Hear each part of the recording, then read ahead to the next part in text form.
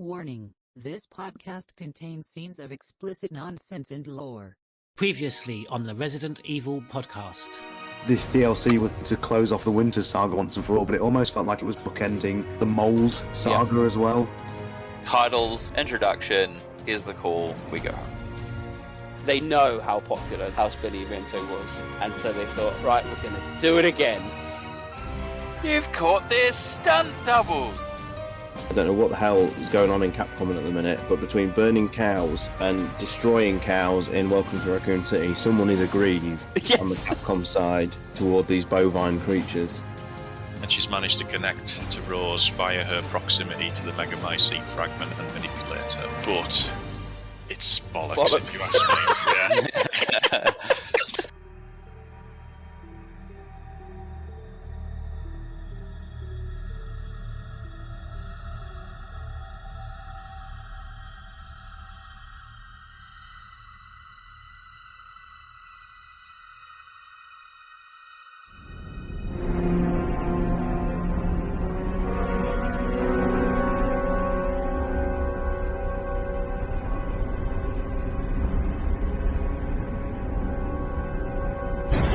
Resident Evil podcast. Hello and welcome to episode 83 of the Resident Evil podcast, where the team have massively intertwining storylines, clones of Peter Fabiano causing law feuds, and a battle to end in a fleet of Mazda MX-5s. I'm Nick, better known as Neptune, your Brazak for the day. Let's see who's joining us for this podcast. He's still lurking in Langshang, looking for that Bahara Desire connection. It's the Batman. Hello. About as successful as Ushtanak trying to manicure a hedgerow, it stars TyranT. Hello. And finally, he's the product of gas being emitted from the multiple teats of a BOW. It's Rombie. How did I get the horrible one?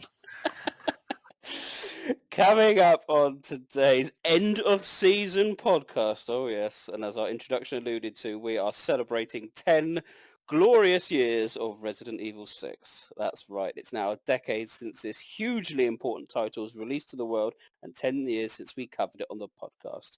In fact, it was our first big release game that we reviewed back in 2012. So we now have the pleasure and joy of looking back on this game ourselves and seeing whether Capcom's most ambitious project holds up when we take that cynical eye back on this game.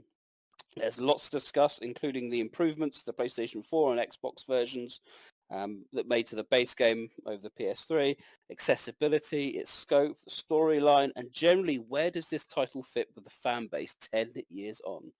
We also have a look at the latest news, and of course we finish with a season finale of Neptune's Biohazard quiz. So let's start with the news.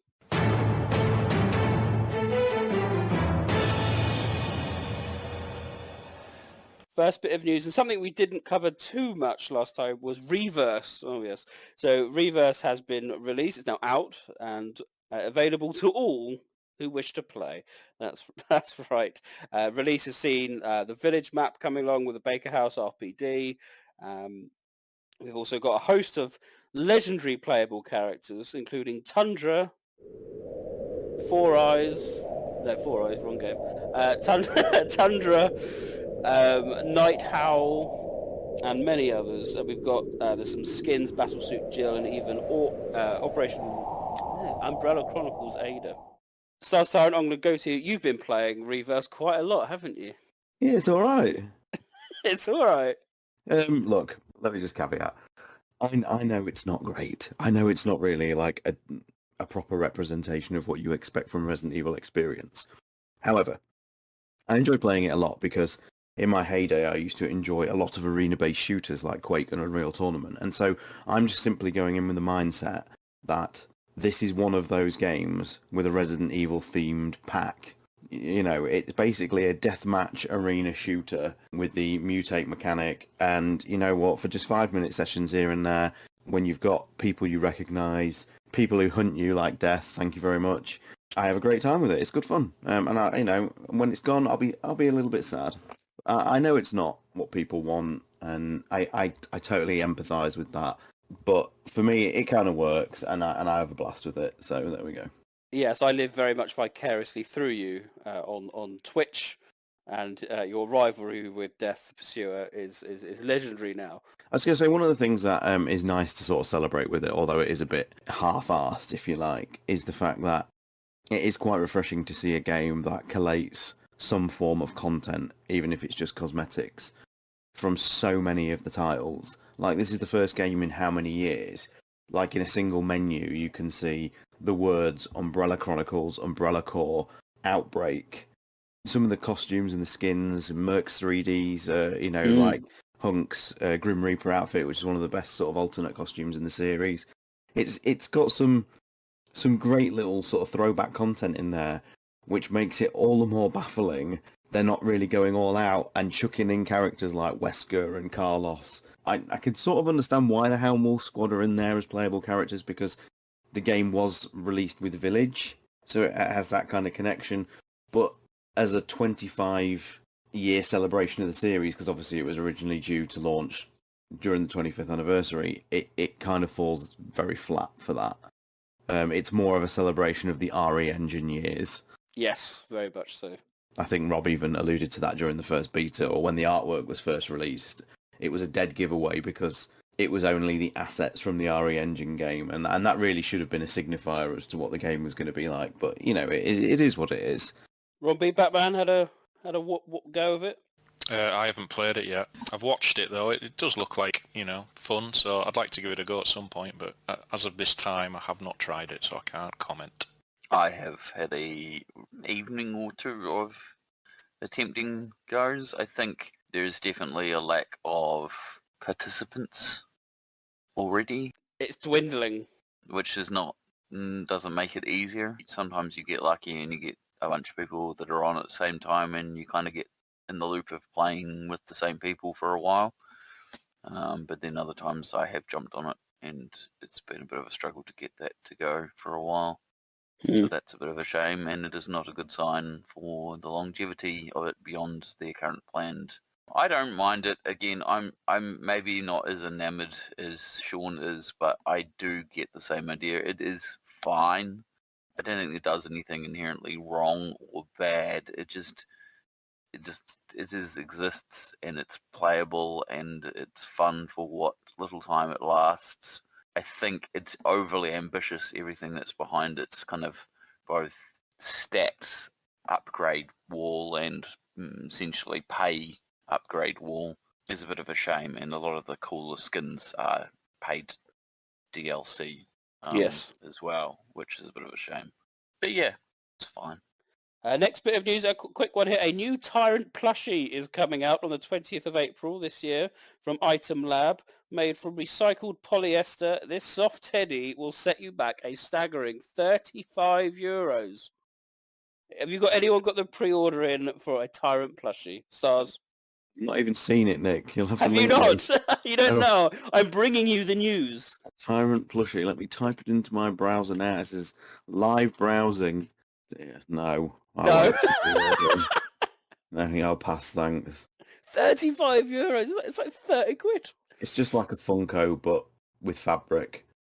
I'm all right, thanks. Yep, me too. Batman? It's not for me, I'm afraid. Infinite Darkness news. Oh, yes. When will it go? When will it end? Issue 1 of The Beginning, which is the name of the prequel manga, is now out at all good comic book shops.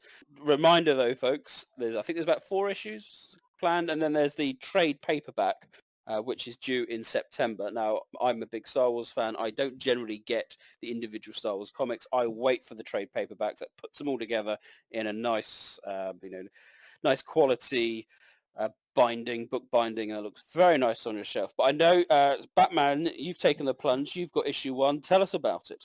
Yeah, so it's set in 2006, presumably several days before the events of the Netflix series. The plot centers around a bomb which detonates at the Carnegie Museum of Art in Pittsburgh, which kills a female security guard named Monica. Leon is called in because the explosive device used is the same as one used in one of his previous investigations, where several suspects are still at large. Therefore, the FBI has asked him to assist because it's either the same group responsible for this bombing or the people that bombed the museum bought the device from them. Leon basically thinks it's an inside job and works with the local police and discovers a security guard at the museum named Mac Storm has faked his ID. Leon recognises his picture as a suspect from the previous case he was investigating. So he and a police detective go to this man's house and find the real Max Storm's body in a freezer. The suspect then returns. There's a shootout, but he ultimately gets away. The issue basically ends on a cliffhanger when the body of the female museum guard who died in the explosion is examined at the coroner's office and revives into a zombie. That was going to be my question. Are there any zombies in this? This didn't sound particularly biohazard related. Yeah, so just right at the end, and aside from Leon, there's nothing to tie this into the series. There's no other name drops. There's no organisation drops. There's nothing at this stage. But it's quite interesting. You know, the artwork's pretty good. Some genius character names like Max Storm and Jamal Hawkins, Joseph Pascazzi.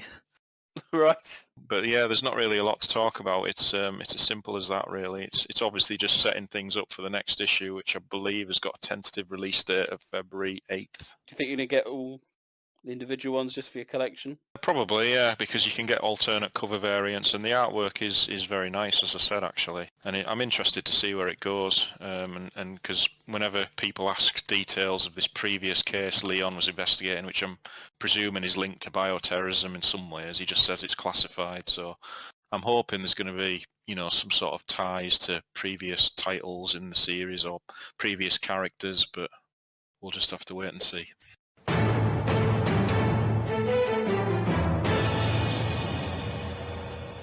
Okay, we now look at site news. As always, we'd like to give a big thank you to our new patrons, Merker, Arch Stanton, Stephen Hayward, and Ronald Weasley.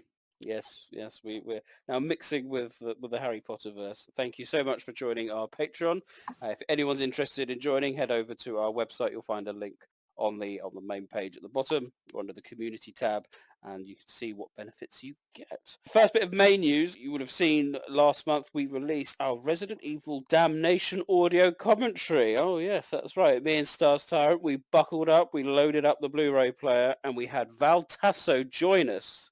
Yes, Val Tasso is the voice actor for JD, and we went through Damnation from beginning to end, watching it together, and you can now download that, listen to it however you listen to our podcast, load up the film, and hit play when we say hit play, and then you'll get a really good commentary. Actually, I was really pleased with it, just the way Val spoke very eloquently and very interestingly about his stories, and obviously he's such a big fan of the series.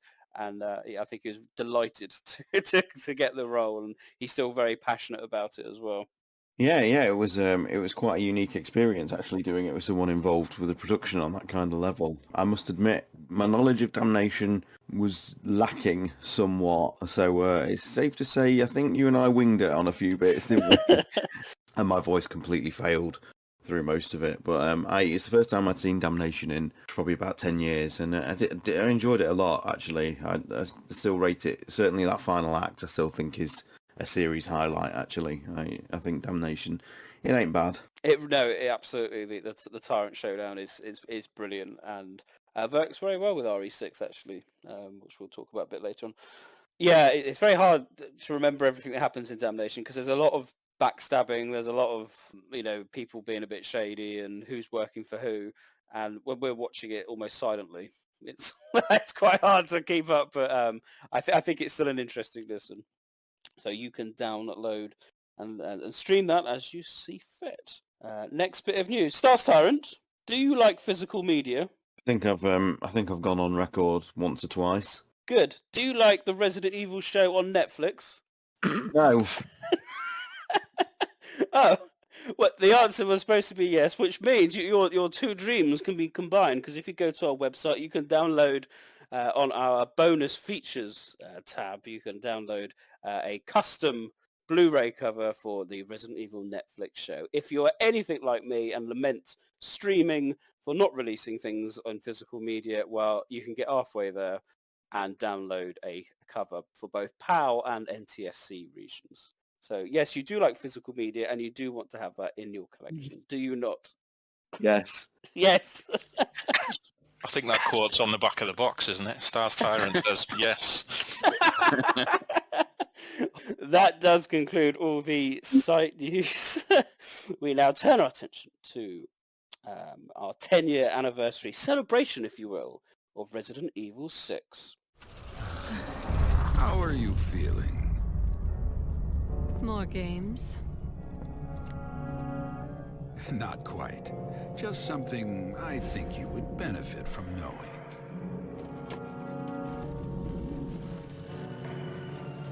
What the hell is all this? None of these were here 3 days ago. Is this what you wanted to show me? C-virus. That's what the guerrillas were calling it. C-virus. That must be what's creating those Chihuahua. What happened? Another bioterrorism attack. The BSAA confirmed it was the same one used in Eastern Europe 6 months ago, called the C-virus. Hunnigan, I need you to fake our deaths. Can you do that? What are you going to do? We're going to China. Sherry, what are you doing here? I'm on protective detail. Why are you here? I'm tracking the men behind all this. What? We met? No, you jarheads all look the same to me, pal. Sorry. You know, those shots of yours packed one hell of a punch, lady. So, you're Wesker Jr. You lost me. Albert Wesker was a colossal imbecile. A fool who tried to destroy the world. He was also your father, which makes you heir to a very special blood type. Here's something to remember you by. No, goddammit! Captain! Looking for me, boys? You can't run forever.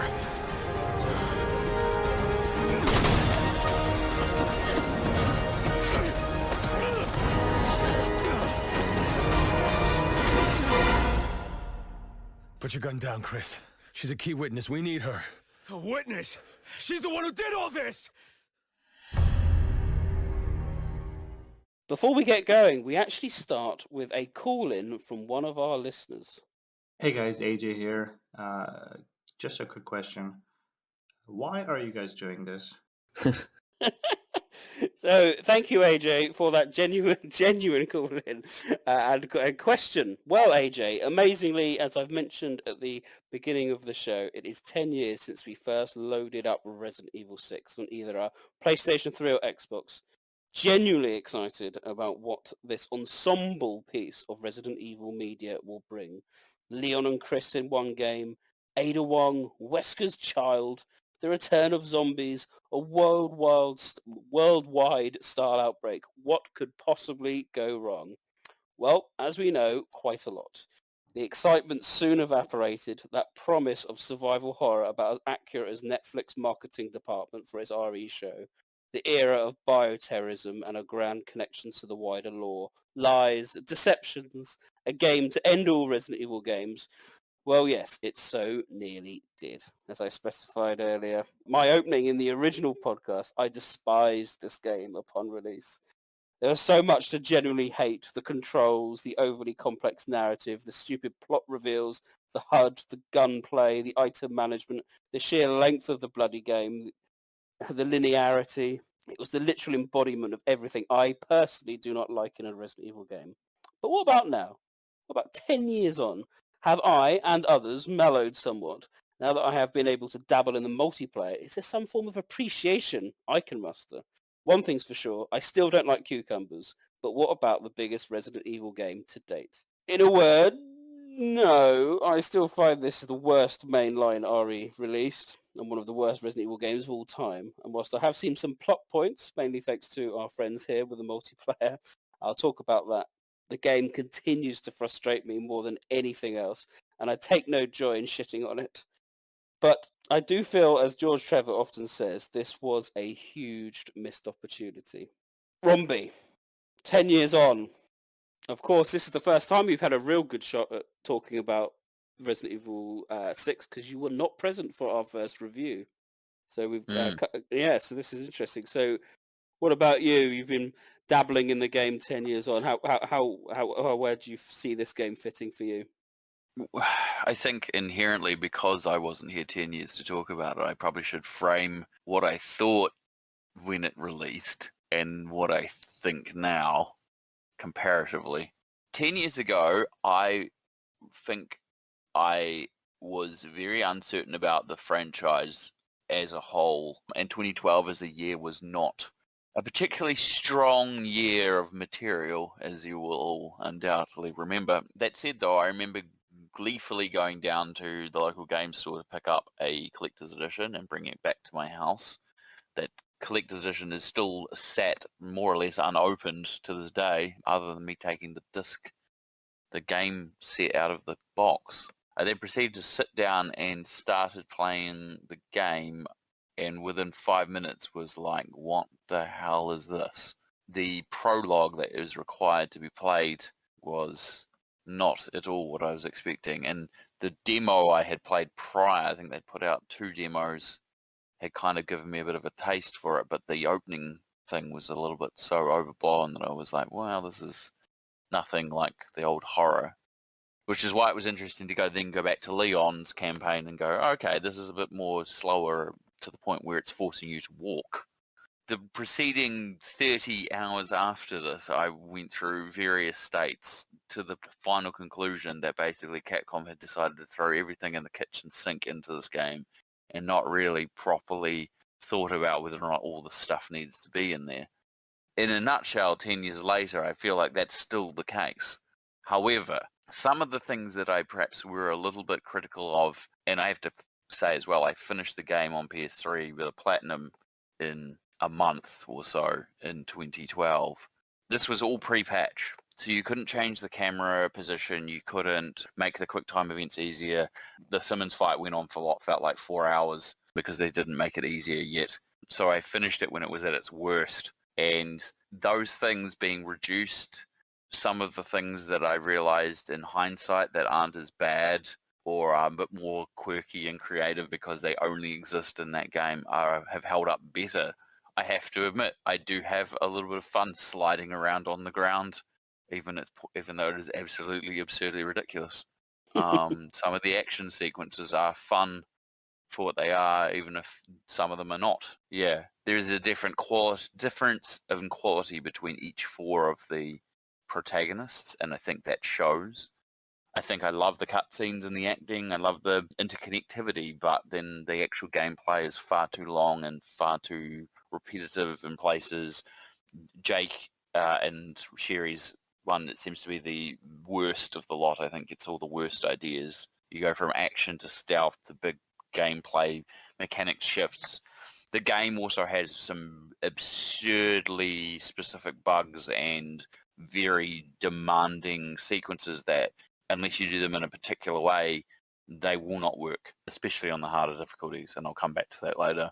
But yeah, in general, it's still a mixed bag, and I think it is still my least favourite of the main titles, but playing it again has given me a bit of a reappreciation of some of the things that I thought were worse than they were, and I think I ended up enjoying it, replaying it for the first time in about a decade properly, more than I expected.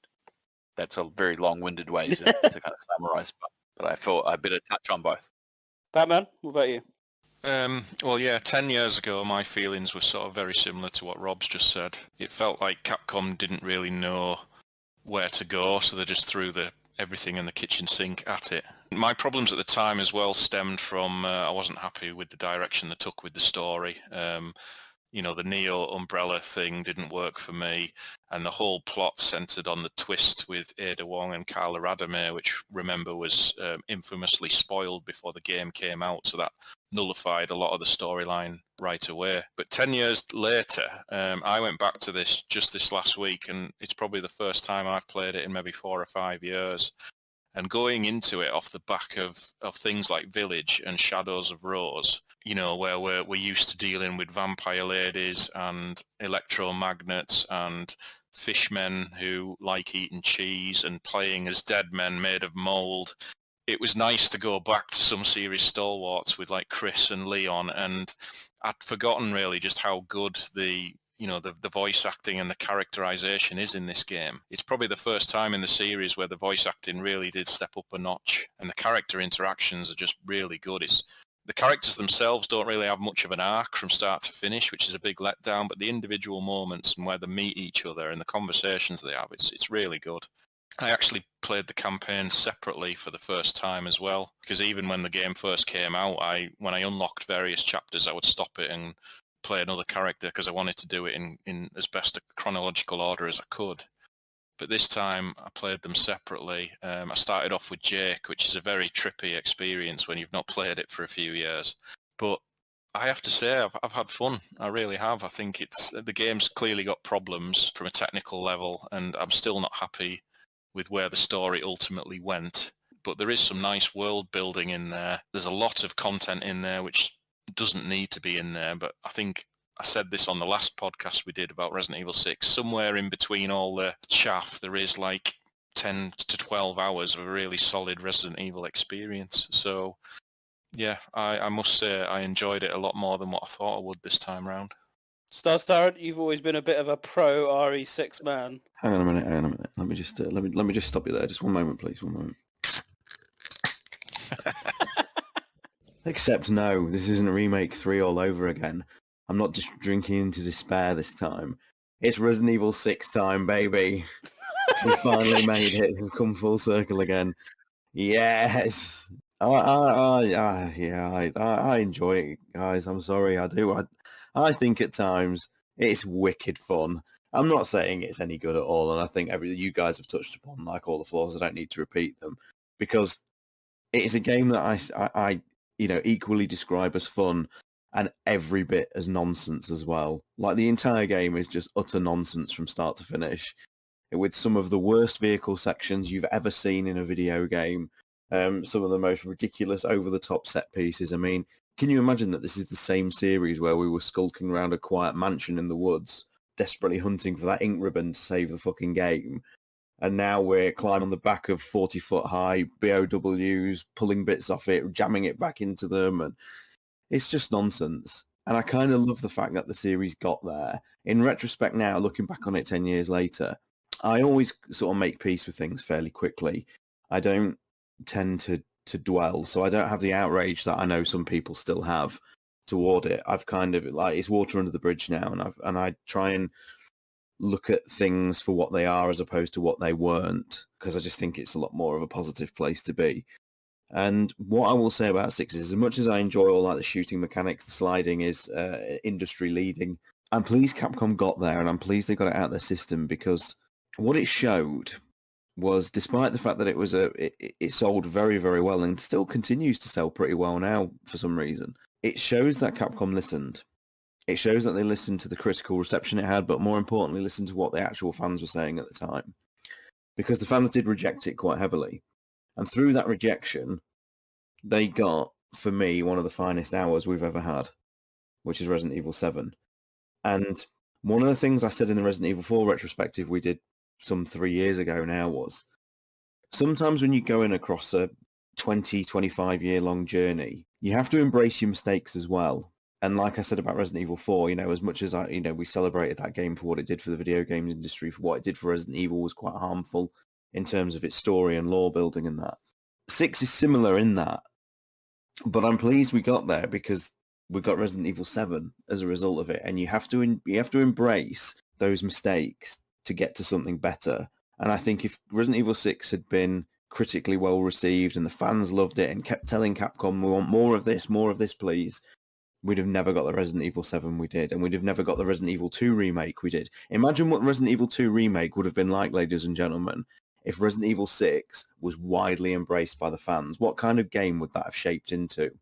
If it was like using like Resident Evil 6 as its template. And I think we have to look back on it with a sort of sense of not necessarily admiration, but acceptance that, it did some things that made a change for better, and I'll always appreciate it for that.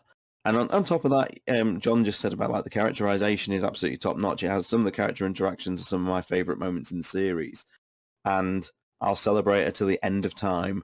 This was a great return of Sherry Birkin. I think that's a really important point, though. With now we can look back on it, which we couldn't do when we reviewed it. You make the point that without it, we wouldn't have got Resident Evil 7, which was very much the second soft reboot of the Biohazard series, with RE4 being the first one. What I've started to notice in the community when 7 came out and was generally, liked by quite a lot of the fans, although it changed a lot and it, wasn't 100% approved, should we say, it made people comment, as you say, Sean, that because we had Resident Evil 6, the biggest the game had ever been. It was almost on like the Anderson movie level of the kind of worldwide hell breaking loose across the world type scenario. And then they just brought it right back down to a plantation in Dulvey, basically, remade Resident Evil 1. But then I've seen people starting to go, oh, it's not that bad. And people have gone back, and it continues to sell quite well on the old PlayStation system. It helps that Capcom put it on the old, put on sale quite a lot. So, and it's part of triple packs and bundles and whatnot. But it still sells well, and you can start to see that little murmurings on Twitter and other social media platforms of people going, "Oh, it's not that bad," and and people that don't perhaps like Village or perhaps don't like the direction of 7 go, "Well, at least we had zombies in RE6." And then people go, "Yeah, but we had Tyrannosaurus Rex Simmons," and you go, "Yeah, but we had zombie dogs and zombies, and we had the chainsaw people. That was all good." And you can start seeing people go, yeah, little things, and it's getting bigger. It's getting bigger. We've seen it with Orc, and we've seen it with RE6. And unless Capcom do like a massive sort of Avengers Endgame style title where everybody comes back for a big battle, that's the closest you're going to see to a complete ensemble of the core cast. And it may never come round again because obviously the story's adapted and changed a lot since then. But I think that's possibly where RE6 gets a lot of its goodwill from, because even though people have a lot of issues with it, they are keen to see the likes of Chris and Leon meet face-to-face for the first time in the series. Characters like Sherry coming back. There was a lot of callbacks to previous games. So you have to Capcom have to rely on the goodwill of the fans a lot for this game. I'm with Nick there as well. Like, I do see a lot of comments where, people are saying, "Oh, 6 is such an underrated title." And conversely, quite often people will say, 4 is overrated, 6 is better than everyone says, blah, blah.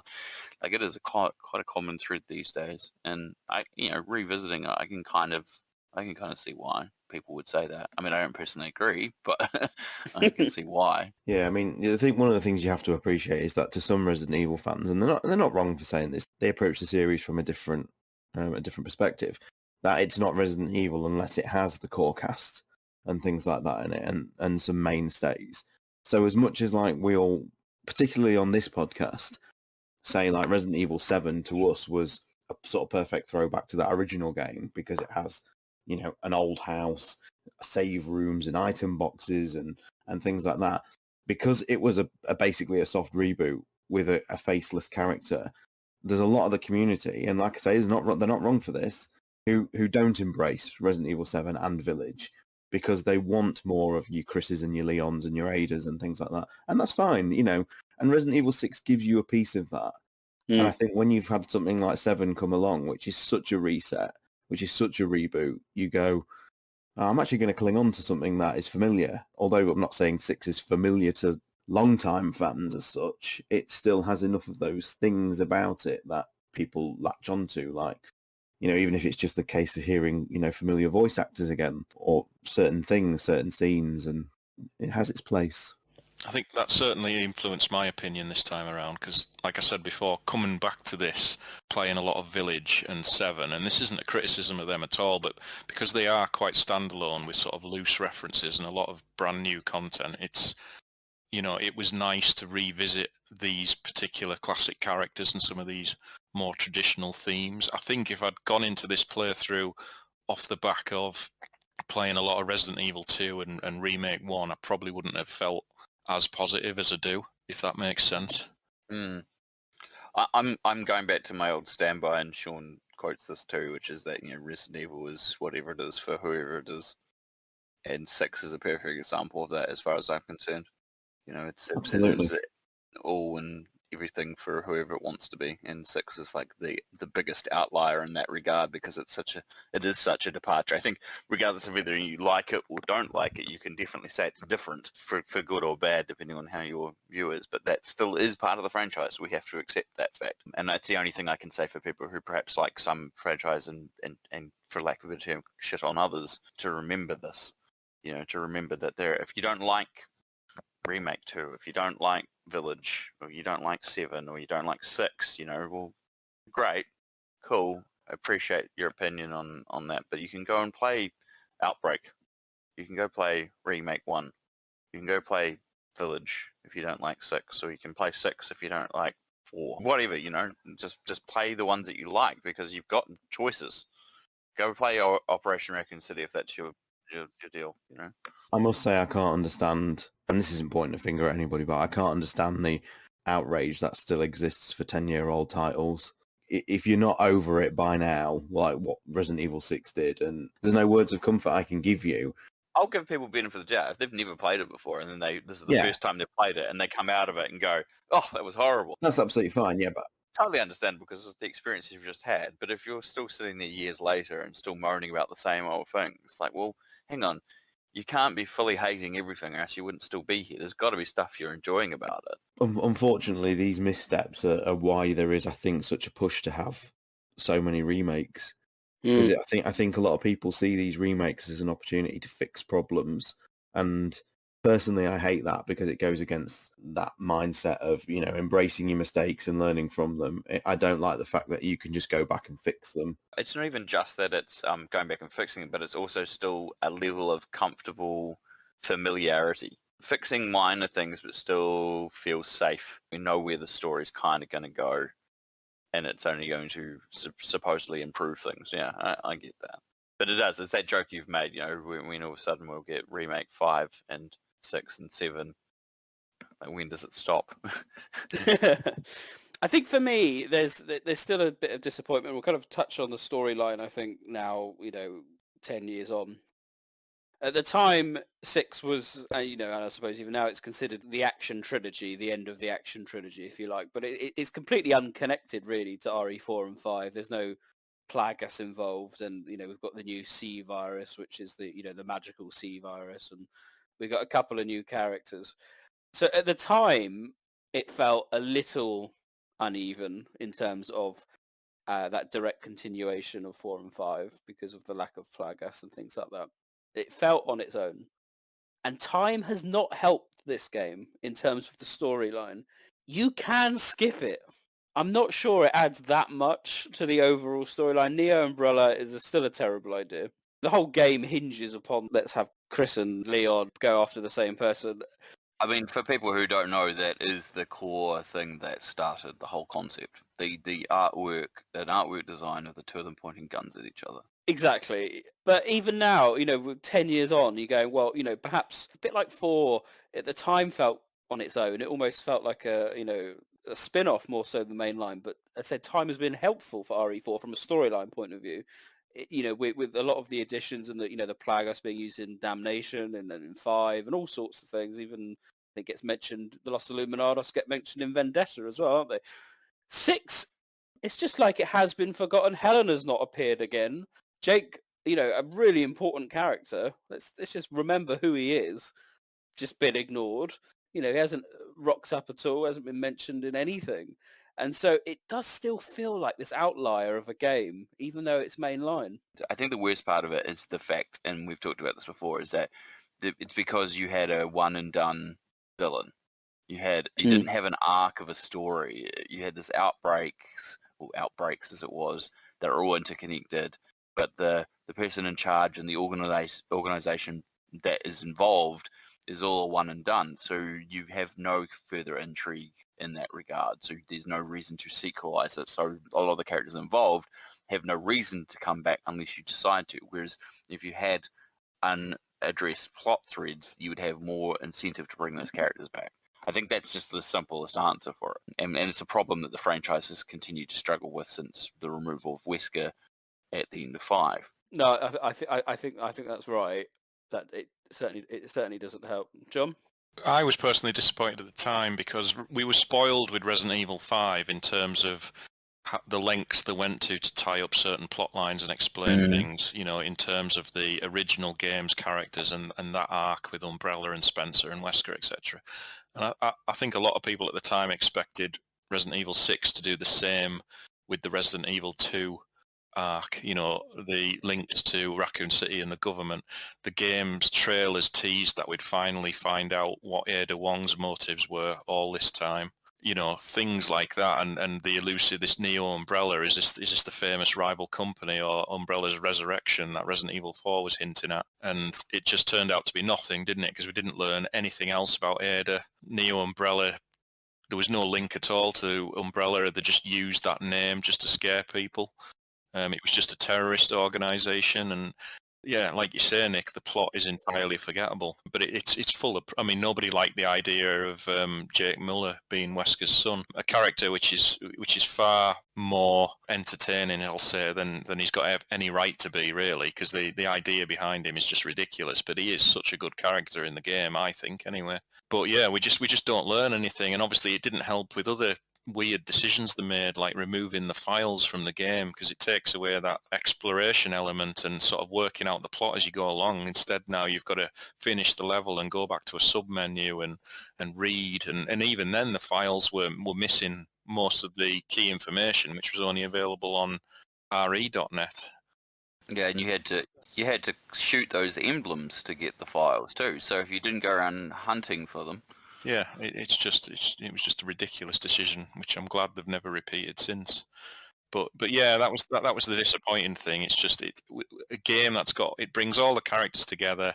It's progressed on themes the series was hinting at for ages, like using BOWs in a warfare situation, and it just amounted to nothing. Like playing Leon's campaign, the first 3 chapters do build up quite an intriguing mystery. And then within the space of half an hour, you go from being on a plane of US government agents, don't know how that works when you're supposed to have faked your death, to Simmons getting injected, and then you're fighting like I don't know what he is, some sort of lion on a train track. Answers on a postcard. Yeah, it's just bizarre. I was just going to say, I just want to take a brief moment, because this will be the only time it comes up naturally, to just mourn the abandoned storyline that they did at the time, which for people who aren't aware, the big reveal of Resident Evil 6 was that every single Ada we'd seen previously was a unique clone, and we were going to finally meet the real Ada in RE6. I think a lot of people often joke about the fact that if they did this or something, I'm out, I'm done, and whatever. I will be honest, that would have been a plot thread that I'd have found very hard to come back from. So I am pleased they abandoned it. There is an interview where you can actually, I can't remember which developer it is who actually talks about how they had this very early idea, which obviously became the Carla Radame plot. But yeah, I mean, imagine, how I don't know how people would have felt if, you know, the RE2 Ada was different to the RE4 Ada, and oh my god, it just would have been diabolical. Yeah, it was very controversial. They also had another idea of bringing Wesker back as well, but they couldn't think of a realistic way to do it, so they didn't bother. They just went with a T-Rex dinosaur instead. Can we stick with that sensibility? Thank you. Let's do that. I think a lot of people who are invested a lot in the storyline beforehand was, you know, as John mentioned, the intrigue about the US government's involvement. If you play the games, you only get little hints of it. You know, Birkin, I think, mentions in a couple of files that he's going to defect, doesn't he, to the US government, take the G virus with him, and you know, you see the spec ops in the dead factory. But they've always been, you know, oh, nothing major, and it's interesting because like Infinite Darkness is now really pulling on those kind of like, you know, plot points. So a lot of people that were aware of, you know, the US government not being, you know, they are Umbrella's big main, you know, customer. There was that potential, wasn't there, of, you know, with Simmons kind of being added in.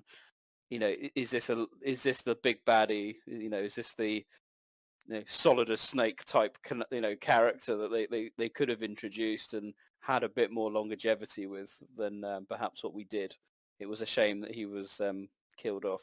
But interestingly, you know, the whole point with Ada, they've really bigged Ada up, and you said we got the multiple kind of clone Ada storyline, and that obviously morphed into the Carla Radame. That is still a weird plot point. You just got to take it at face value that Simmons just becomes obsessed with Ada because I don't know why, he just does. You know, and therefore we must make a clone of her.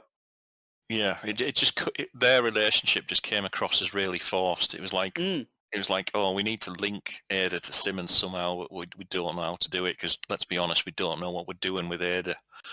So yeah, let's just make some sort of infatuation plot line, and yeah, it just didn't work at all. And it's a shame, but it's a shame it was spoiled before the game came out, because when you play Leon's campaign and you get to the lab and you find that videotape where she's essentially being born, you know, if you didn't already know what the crack was, I could imagine, you know, that would have been quite impactful at the time.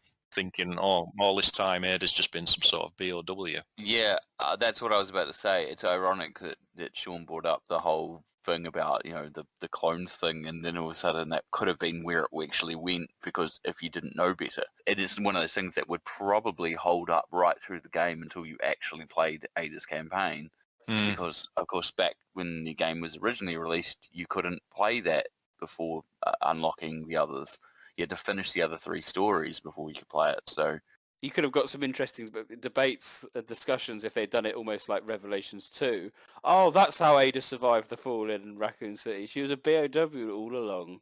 You know, there could have been some discussion points. So yeah, for me, I still struggle with that particular element, and I don't think time has been particularly kind to it. What about the general overlapping system? Almost like a TV show, isn't it? It was like an episode of Lost with that happening there and that happening there, and you know, trying to, you know, cliffhanger of the week type scenario. I think that's one of its stronger points. It's the same thing that kind of both John and Sean have kind of alluded to in their discussion, which is that the series, like the writing and the interconnectivity of the characters and the way they interact, is probably some of the strongest. It's just unfortunately in service of a lot of padding and a lot of silly ideas. Going back to it, it was one of those, there was moments where I was like, I'd forgotten this had even happened. Not in a bad way, but just like, oh yeah, there was that connection between these two, and this is when the other character, oh yeah, of course. And I guess on that same level of like Ada's campaign, it's quite cool that some of her moments are literally during the other events sometimes, and you get to see what's kind of going on as well, and bits that kind of may or may not have made as much sense in the previous, you know, playthroughs of those characters kind of all start to tie together. So in those perspectives, it's really cool. But again, it still doesn't solve the plotting problems, I guess. Yeah, it's fun when you know these crossovers happen. You can look for where the other party is in the background. Like when you're playing as Jake and Sherry, for example, when you're fighting the organic chainsaw thing on the barge, you can look up at the crane and you can see like Ada's silhouette standing there, you know, which is good. And things like, I'd forgotten this particular bit where Leon knocks the leopard Titsa out of the plane, and then obviously it lands in the marketplace, and when you later play as Ada, it's released its gas and generated all the zombies. So you obviously kill the zombies as Ada, and then later when you play as Jake, you go through and you see all the zombie bodies, and Sherry says, oh, it smells like death or something. So, you know, it's really clever, all the little interconnectivity, as Rob says, but ultimately that just adds to the disappointment because it just doesn't really lead anywhere. You know, it's just a basic revenge plot.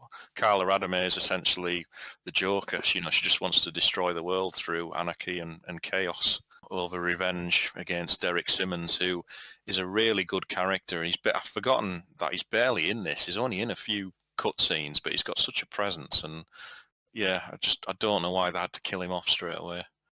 You imagine where, you know, if they'd kept him alive and had him in a few other games, where he would be now, like 10 years down the line. It could have been just as infamous as Wesker. Yeah, he really should have been the mainstay villain going forward. Absolutely.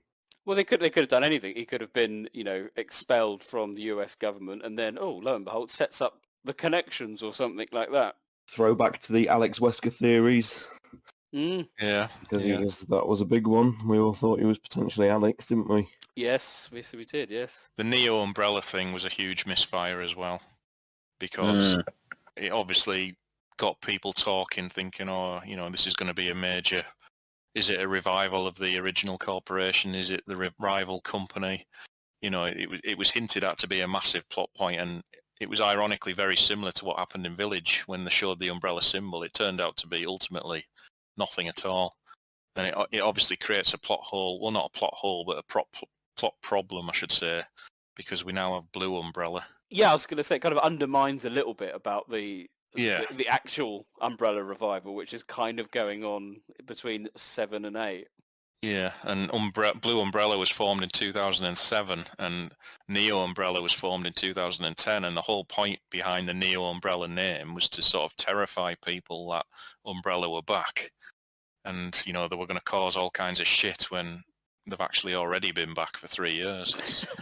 It's created an issue, and I'm surprised the writers didn't pick up on that when they came up with the Blue Umbrella idea, to be honest. The other thing for me is a lot of little inconsistencies, and that's a perfect example of one. And you also mentioned another one before about Leon and Helena on that plane. It's like, how did they get on the plane? Because the last thing we'd left them at, they were basically wanted members, and all of a sudden they're on a plane going to China with no explanation. And there's just lots of little things like this throughout the entire game. It's just for all these little great moments, there's all these weird leaps and coincidental logics, and you summed up exactly what I was going to say, kind of in the example of the Neo Umbrella thing. I said it doesn't help that we haven't really seen anything of Jake ever since. You get a nice little kind of epilogue with him, don't you, at the end with when you finished all 4 of the narratives, you get the extra epilogue. And it's it's kind of hinting at he's going to be a big character, and I'd love to see him back. I agree with John. I think I said it in our original podcast. I thought Jake was probably one of the best characters in the game. I really enjoy, and I thought I'd hate him, but I actually thought he was quite cool and very well acted. I'd just say that's the Troy Baker effect. Is it just Troy? Another reason why Jake works is because he's got a perfect foil in Sherry. Yeah, I think those scenes together where she's sort of chewing him up for the way he's behaving and things, I think that really works. You can blame your father all you want, but at some point, you have to take responsibility for your own actions.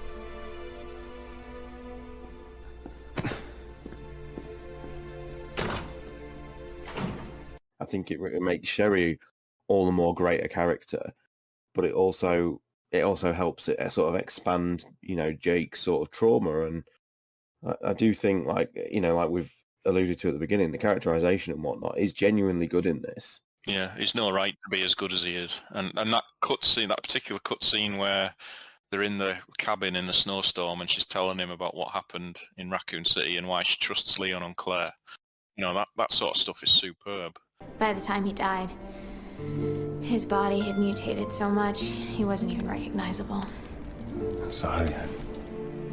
I didn't mean to... That's all right.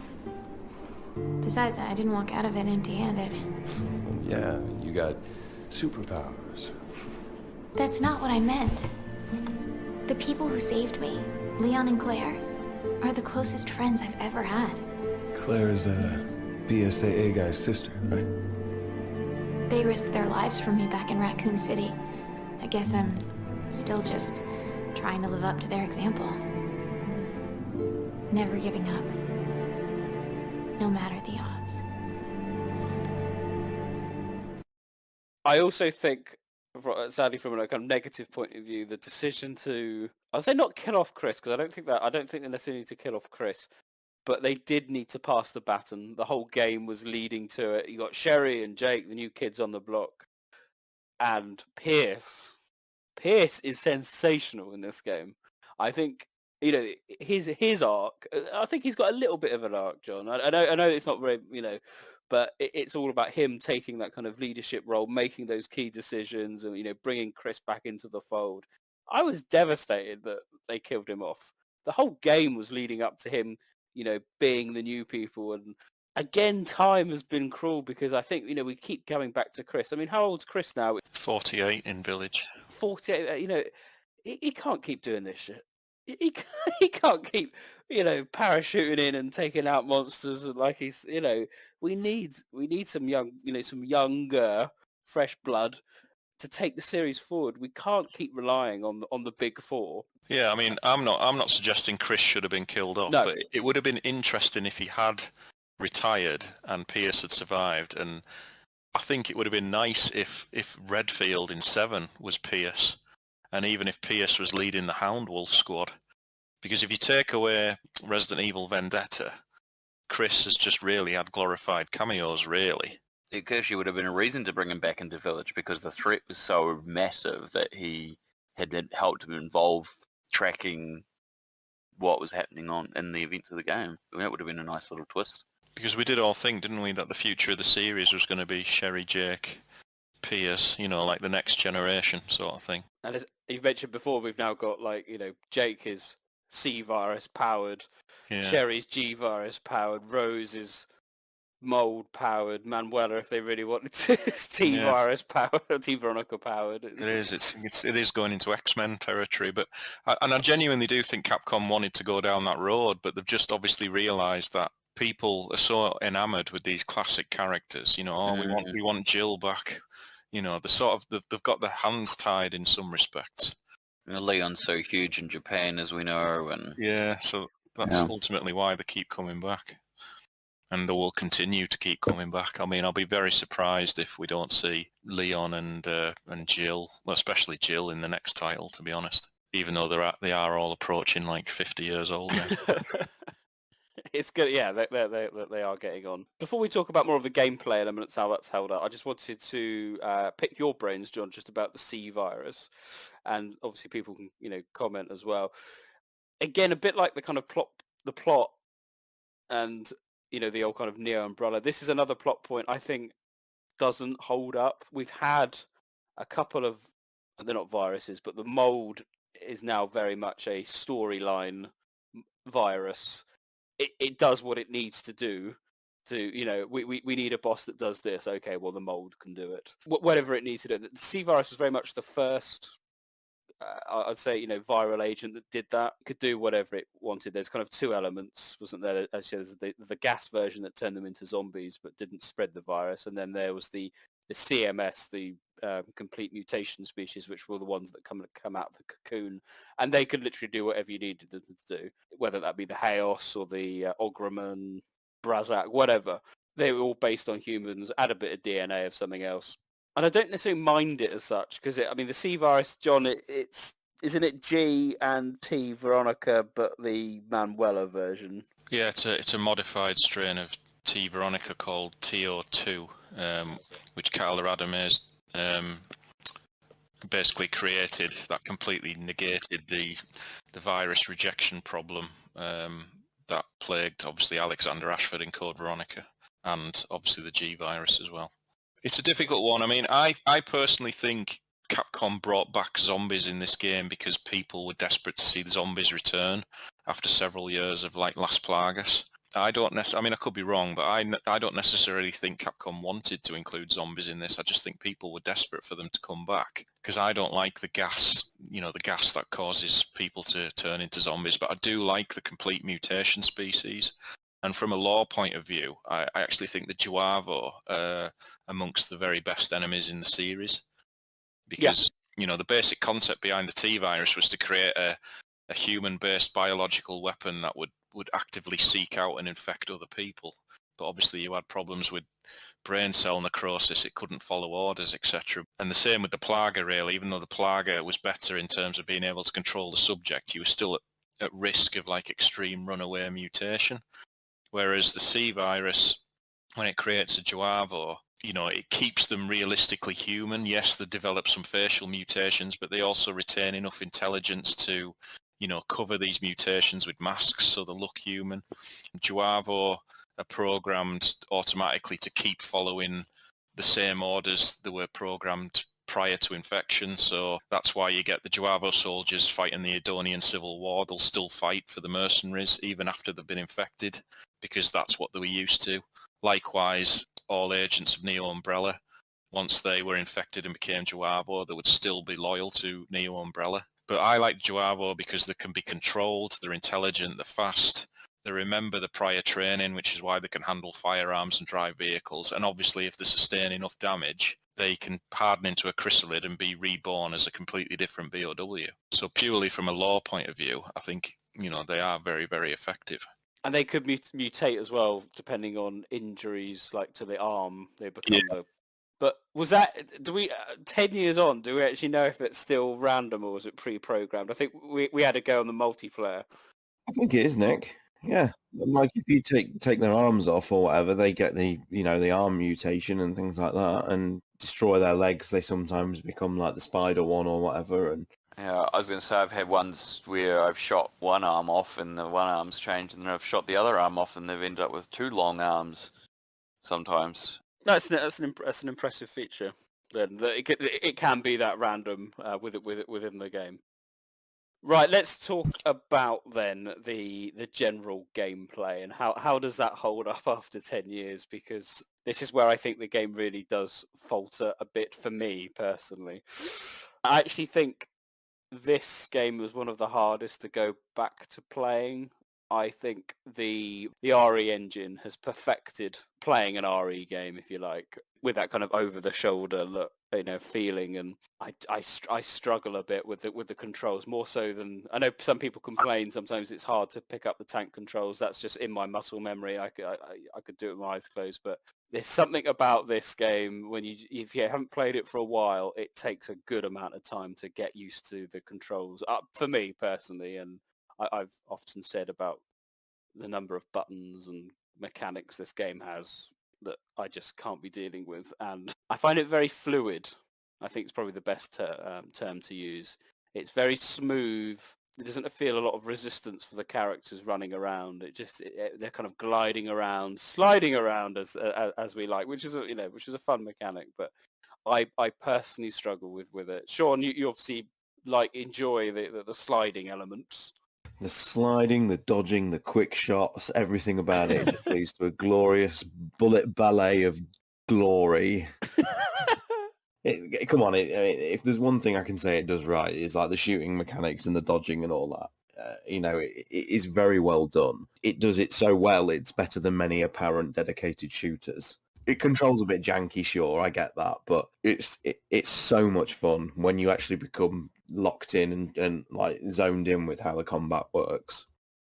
I think people have a lot of fun with it. The only thing I would truly say is that the inventory is absolutely diabolically bad. The picking up of herbs to then have to reload them into a pill popping machine in your pocket, and then you can heal. I mean, I know there is actually a quick way of doing it. I can't remember the command, but there's a combination of buttons you can press which will instantly convert your herbs into pills. So you don't actually have to go into the inventory and do it. But it's still a nonsense mechanic because sometimes you'll just instinctively pick up a herb and think you've got it ready as a pill to go, and you haven't, because you haven't loaded it into your Pez dispenser. It's nonsense. I'll never ever say like this is perfect, this game, because there's a lot of problems with it. I still haven't figured out the inventory after 10 years. I had like 3 first aid sprays in my inventory. I was like, how the fuck do you use them?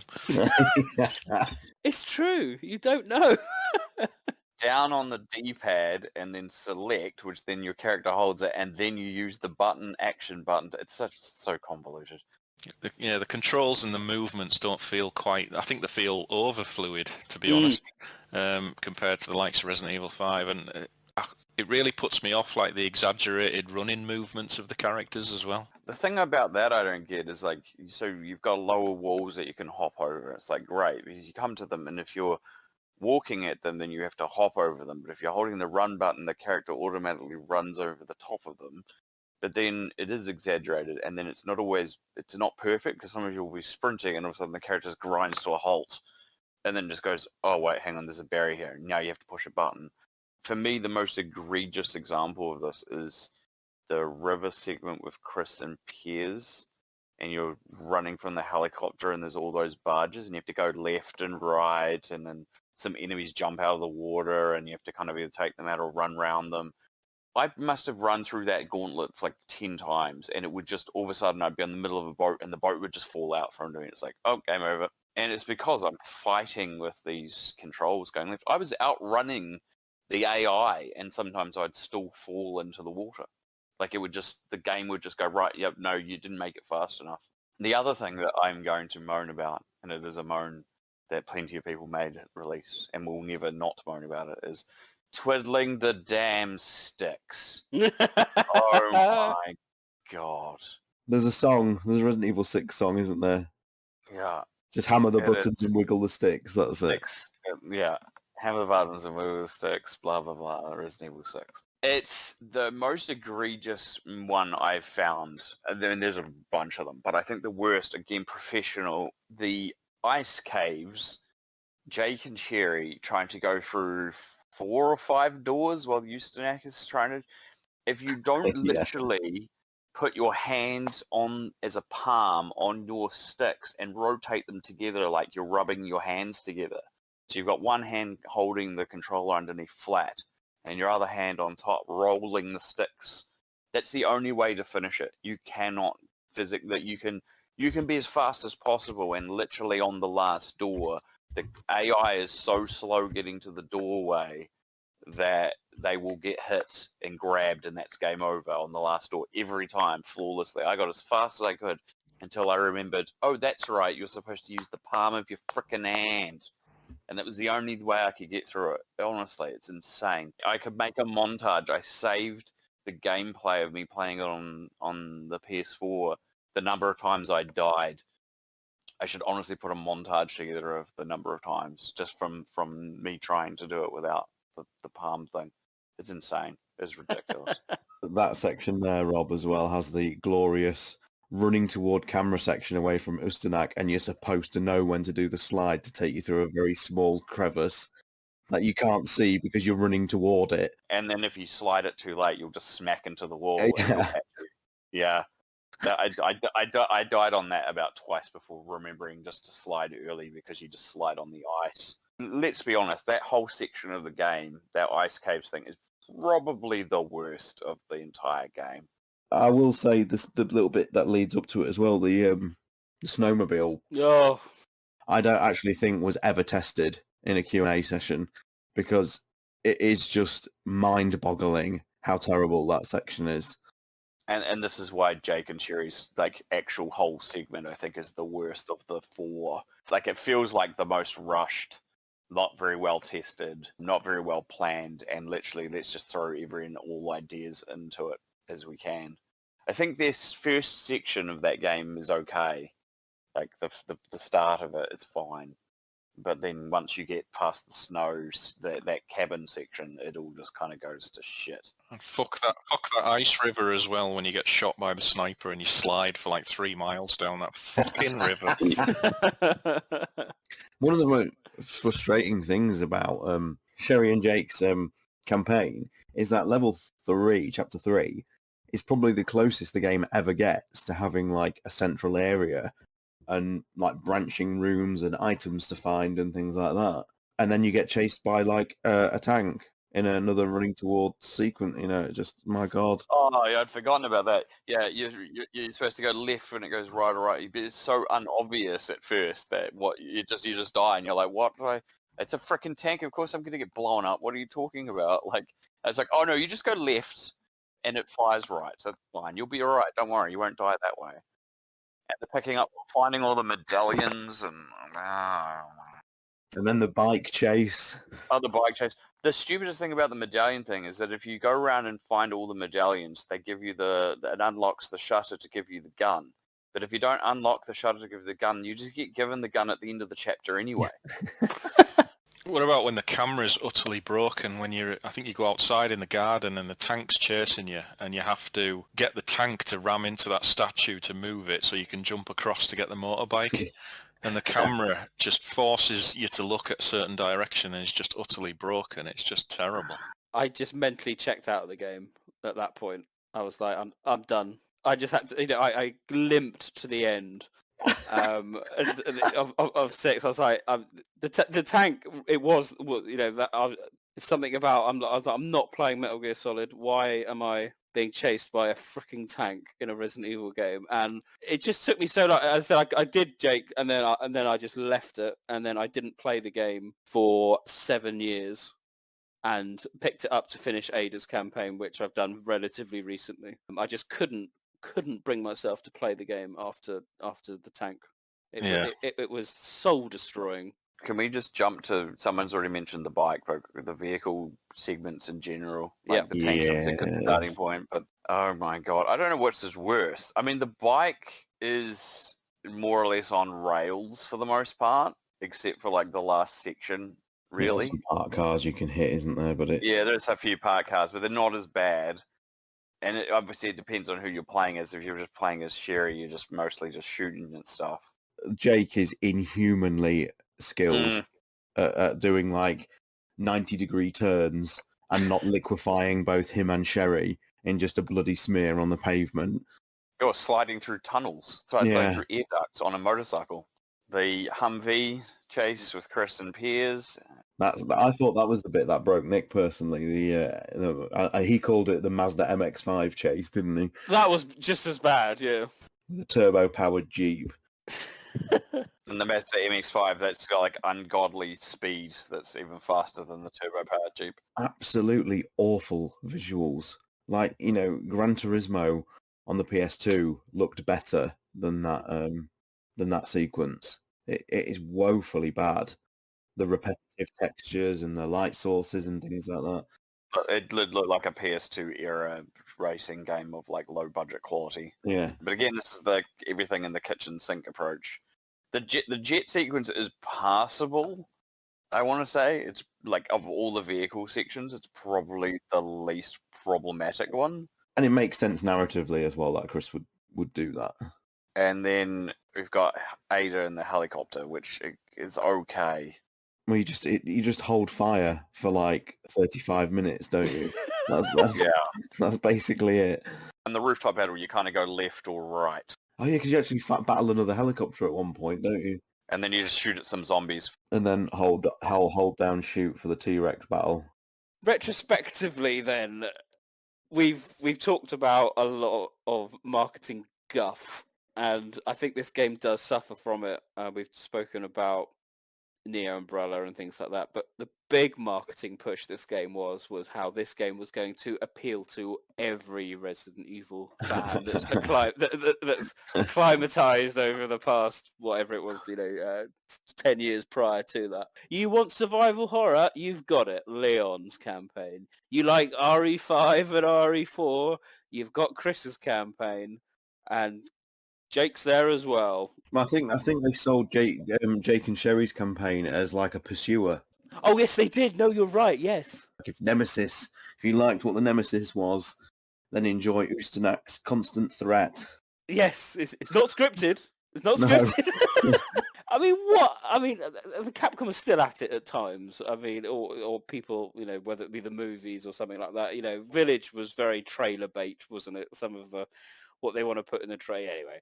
But this was just almost libelous, what they were talking about prior to 6. I mean, Leon's survival horror credentials, as you said, I think Robbie said at the beginning, he walks a bit. I think it was just the fact that his main enemy is zombies. And he's in environments that are a bit more like gothic and creepy, and he walks very slowly at the start in the university. It's a bit slow-paced, until it's not. That's what Capcom thought was survival horror, walking. I think the fundamental thing that's under all this is exactly where the state of gaming was and what Capcom was aiming for. And this is also something that Operation Raccoon City is subject to, which was the let's go for the Call of Duty player. Mm. We need something with action. We need something with intrigue that's going to grab a new audience and grow this franchise. It was Capcom's biggest game. I don't know if they've had a staff work on a single title more than this since. It doesn't really feel like it because of this disjointedness, because of the changing qualities, because of the everything in the kitchen sink approach. It feels like 600 people all worked on it individually, and then occasionally someone would go, oh, those bits join up, and those two people's work kind of works here. And we'll polish this bit over here, and the cutscene team's off doing their own thing, and we'll just put those bits in. It doesn't feel like someone kind of organized this lot of people to try and make a really cohesive and smooth game experience, and it doesn't feel properly tested, and like they rushed to meet a date for an audience that they didn't know even existed. But I think Orc. We discussed it in the last podcast actually for the Orc one. It felt a lot more focused than 6. Yeah, and as a result, the multiplayer is obviously a key focal point. Is arguably a bit more fun than 6 at times. But I won't say that too loud. But I think that's it. It's because that was specifically made to be its own thing, whereas 6 was kind of a bit of everything and not much of it done very well. And I mean, I say that in a nutshell, like probably discrediting some of the things that 6 does do well. But I think that's the struggle for me. If someone said to me, list off the things that 6 does well, as opposed to list off the things that 6 doesn't do well, I could come up with a list of things that 6 doesn't do very well very easily, but things that it does well are very few and far between. And I don't mean that to say it's a horrible experience. Actually replaying it, I had a lot of fun doing some silly stuff, and some of the stuff like, the character interactions are great, but I can understand why for a lot of people it's one of those titles you don't really go back to very often. And maybe that's not a fair statement, because I think we've all gone back to it and been surprised at some things we found, but it's definitely got a reputation for a reason too. Batman, what about you in terms of the marketing of it? Did you feel let down by Capcom's statements? Yeah, but I think we all sort of knew at the time that when they said, "Oh, Leon's is going to be survival horror," they sort of said the same with Revelations, didn't they? It's a big return to survival horror, and maybe the first couple of chapters were, and then it just turned into action. So I don't think a lot of people were taken in by that. But I remember this sort of viral marketing thing. Was it No Hope Left? Yes. Where they made it sound like it was like a complete global outbreak and it was going to be some sort of post-apocalyptic thing, which turned out to be not the case. But in terms of the marketing, I remember they had some quite good stuff. You remember that little piano song they had, which was really good? Can you remember that? It had like a montage of clips of the game, and it just had this little piano tune playing in the background. I'll have to try and find it. It was really quite good at the time. But it was mainly just the trailers promising so much and delivering so little in terms of, you're going to learn all about Ada, but we don't, and, Neo Umbrella, which turns out to be nothing, that sort of thing. I think, John, you've said something that just triggered that I should have mentioned before, but it's like, I think a reason why some people perhaps didn't fall for it was because of 5. No, not in a bad way, because 5 wasn't, well, I enjoyed 5, but I think we all came to the realization of what 5 actually was. So 6 kind of was just like, oh, well, it's probably just it's looking kind of more actiony. It's probably not being quite properly showcased in the trailers. But as I said at the start, I think even I was still shocked when the opening sequence was literally included you running away from a giant fireball of vehicles exploding. Yeah, and like you say, it's very superficial. It's like, oh, it is survival horror because it's set at night in the rain in a graveyard. I mean, with the marketing, they did push it a lot. I mean, in the UK, Capcom sponsored The Walking Dead Season 1 on Channel 5. I mean, that's how long ago that came out. So it had a big push, certainly in this country, to get the sales numbers. They even had a trailer at the cinema, because I remember going to watch Judge Dredd, and there was a big trailer for Resident Evil 6. Yep, I saw the same thing. It was like there was a launch trailer. It was like a minute long. It was made to look like a movie. That was the gist of it. I think when we did the first review, I was of the opinion that Leon's campaign was probably the best one. I think upon replay, and I'm amazed I even say this, I do think Chris's campaign is probably the best one. Not because it's the most survival horror or anything like that. I just think it's the most focused. I think it's the best representation of what Resident Evil 6 does well, and it actually follows on quite nicely from Damnation with actually having BOWs in combat. There's something quite surreal, if you like. You're in Adonia, and then suddenly, this Ogremon gets literally dropped in by helicopter. You're like, what the fuck is that? But contextually, it works extremely well, and it's something that the series had been teasing us for such a long time about. This is what all these creatures are actually made for, because you don't see them in Yeah. action at all. And then we had Damnation. We got to see a TyranT and a couple of lickers. But even that was relatively self-contained. This was a proper war going on with the use of bioweapons. And that, I thought, yes, this is good. You know, and I played it with the guys on multiplayer. And I had an absolute blast going through a war zone with team members. You know, lots of people running around, AI running around. Yeah, it's utterly ridiculous. I'm trying to lure an Ogremon into electric overhead cables and shooting. I mean, it's utter nonsense. But it was, I don't know, it just felt the most authentic for what the game was trying to portray. It knew what it wanted to be, and I will say as well, ironically, despite the fact that Leon's was marketed as the survival horror campaign, I actually think Chris gets the best survival horror boss in the Illusia, the snake, which I think is actually a really good set-piece boss fight. I was going to say as well, even though that whole sequence is completely scripted, but it's one of my favourite moments in the whole series where his squad gets picked off one by one by the snake. Yeah. He gets more and more frustrated, and yeah. It's really good. They use the laser sight to absolutely genius effect. Yeah. In using it to detect its camouflage. And I love that meme that's going around with a picture of Chris looking enraged, saying man loses entire team trying to avenge his previous team or something. It's not wrong though, isn't it? I mean, how many teams is he had completely wiped out by this point? To be fair, that's the reason why you guys were surprised that the teams in Village survived. Yeah.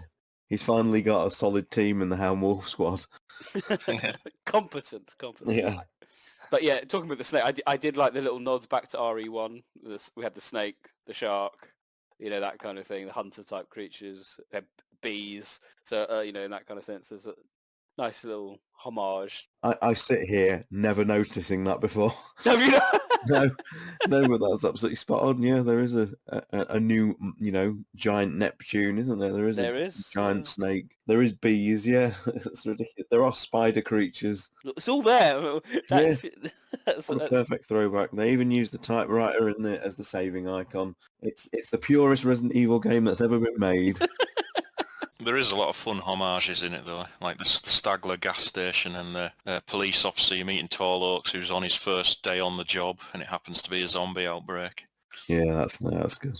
Briefly, just say the music is all round excellent, and I will forever thank them for bringing back the Ada love theme, if you like, for Leon and Ada's final glance across the building. Yeah, it's a really good touch.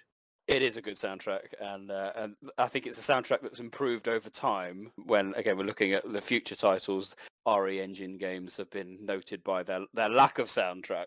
Yeah, I was going to say, I don't want to argue that the soundtracks aren't good on those. It's just, no, they're not. There's a lot of sparse use of them is probably... I mean, that's the thing. I think, realistically, 6 is like a over-the-top blockbuster movie, and the soundtrack that they put in is appropriately fitting for exactly that level of bombast. You know, it's supposed to be this epic, action-y, brilliant over-the-topness, and the soundtrack definitely fits that style appropriately. And it's the one thing I think that it really, really nails correctly for the tone that I guess was the idea. You know, they went from this image and went, how are we going to tell the story? And they wanted to tell this quite epic, over-the-top thing, and it's just unfortunate it's got all these problems and drags far too long. So I think now's probably a good time we can start talking about the legacy of the game, and we are seeing, as I mentioned earlier, we're kind of starting to see a bit of a bit of a renaissance, and particularly the game received updates with the Xbox One and the PlayStation 4. And Rombie, you've mentioned how there's been some patches over the years, and the game is notably improved on PlayStation 4. You know, or the I say this gen, it's not anymore, is it? I'm that behind with the last gen. should we say it's much better if you want to play a definitive version? Then absolutely, it's PlayStation 4 or Xbox One all the way. And the Switch as well, which actually has one additional little thing which we'll get into. The PC version, as I recall when it came out, was pretty solid, if I remember correctly. Can someone correct me if I'm wrong? It came out later. It wasn't a launch. Yeah, it came out in 2013, but it was very robust, and most PCs at the time, you didn't need a top of the range rig to run it, which was great. Could easily get 60 frames a second, which was a big step up from the consoles because... And that's what I was about to go with, is Yeah. that the original console releases were 30 frames, and it wasn't bad. It was fine. It made sense for the consoles at the time, but there was a noticeable difference in quality when you were playing the PC version, and then obviously the later PS4 and Xbox One versions benefited from extra grunt, but visual improvements are very few and far between as far as I'm aware. I think if you play like the PS4 or Xbox One versions, you're basically running it on like maxed out PC settings. Yeah. That they didn't do any extra work to the game as such. They just basically, ran the textures on high if the PS3 version was medium, Yeah, no, that sounds about right. And the Switch base is basically those same versions. Nick's alluded to the sales. The original release was one of the highest selling games a decade ago, and I think the original release by itself sits in the 8-point-something million range, which is really high, and is kind of surprising that they did listen to the more of the critical feedback and fan response and why they changed, even though the sales were so high. The re-release as well has sold continuously, as Nick also alluded to. I think it's in the 2.5-ish, somewhere in that 2 to 2.5 range on the Xbox and PS4 releases. So it's sold exceptionally well. It's over 11 million copies. But then, comparatively later games like Village has passed, I think, 11 million by itself. Oh no, 7, sorry, I think it's past 11 million itself. Village isn't far behind. The speed at which 6 got to its 8 million was quite slow. They undersold quite a bit for a few years, and then eventually caught up through sales and bundles and so forth. But it's kind of interesting that it kind of had legs. It was not a game you'd expect to have sales legs, but yet continues to sell. It's interesting to see if that rolls into the kind of reappraisal of the game itself and its legacy. What's special about the 6 version, Sean? Well, to begin with as well, the PS4 and the Xbox One version have a neat little feature in it which auto-completes QTEs for you. Oh, right, yes, yes. If you hate them that much, you can actually essentially disable them. The Switch version goes one step further. I hope I'm right about this, and if I am wrong, I do apologise. But I think the Switch version has an additional option on top of that, where it even takes away the prompts altogether. Where the PS4 and the Xbox One versions, the prompts still come up, but you'll see the game complete it for you. So if there is a progress bar for having to, wiggle the sticks, you will actually sort of see it auto-complete. It'll fill the wheel or whatever. No, there's a difference. So the autocomplete QTE on the PS4 and Xbox only does the button pushes, but the wiggling the sticks ones you still have to do. Oh, right. I think the Switch version fixes that then. That's right, yeah. This is the thing that got me, because I went and was like, I can't be bothered with these QTEs, so I turned it off and I played the PS4. But then I still had to do the damn freaking doors with the sticks. It's separated because the counter system that does the thing, because there's the medals that you get in the game and all that sort of stuff. One of them is correctly inputting button prompts and how many action button prompts you've done. But the sticks are separate from action button prompts because they're buttons. The sticks are rotated by the stick so many times, has a separate counter, and they're not classed as a QTE. They're just stick wiggling. So yeah, it's really stupid. But yeah, it's possible that the Switch may have fixed this. I, for some reason, thought the QTE fixed it both, but no, it's just the buttons. Yeah, I think it takes away the actual heads-up display image as well. So you just get a very tidy presentation. And the Switch version is a final feature, has a costume select for the main campaign, but it doesn't apply to cutscenes, unfortunately. So you cannot get Pirate Leon in cutscenes, unfortunately. That'll be a storage issue because we pre-rendered rather than real time and memory and so forth. I'm going to be slightly cynical and suggest the reason why it continues to sell well is because they changed the front cover of the artwork. Because Resident Evil 6 on Xbox and PS3 just has the man sucking off the giraffe. And then why did we have to go there, honestly? we've come on so far in these last 11 years. Yeah, and I was like, hopefully no one's going to mention this during the podcast because it's just silly. Of course it's going to be fucking Nick. Yeah, then it's Nick. Anyway, yes, yeah. So the cover is just the logo, yes. The logo, yes, thank you. Yeah, there you go.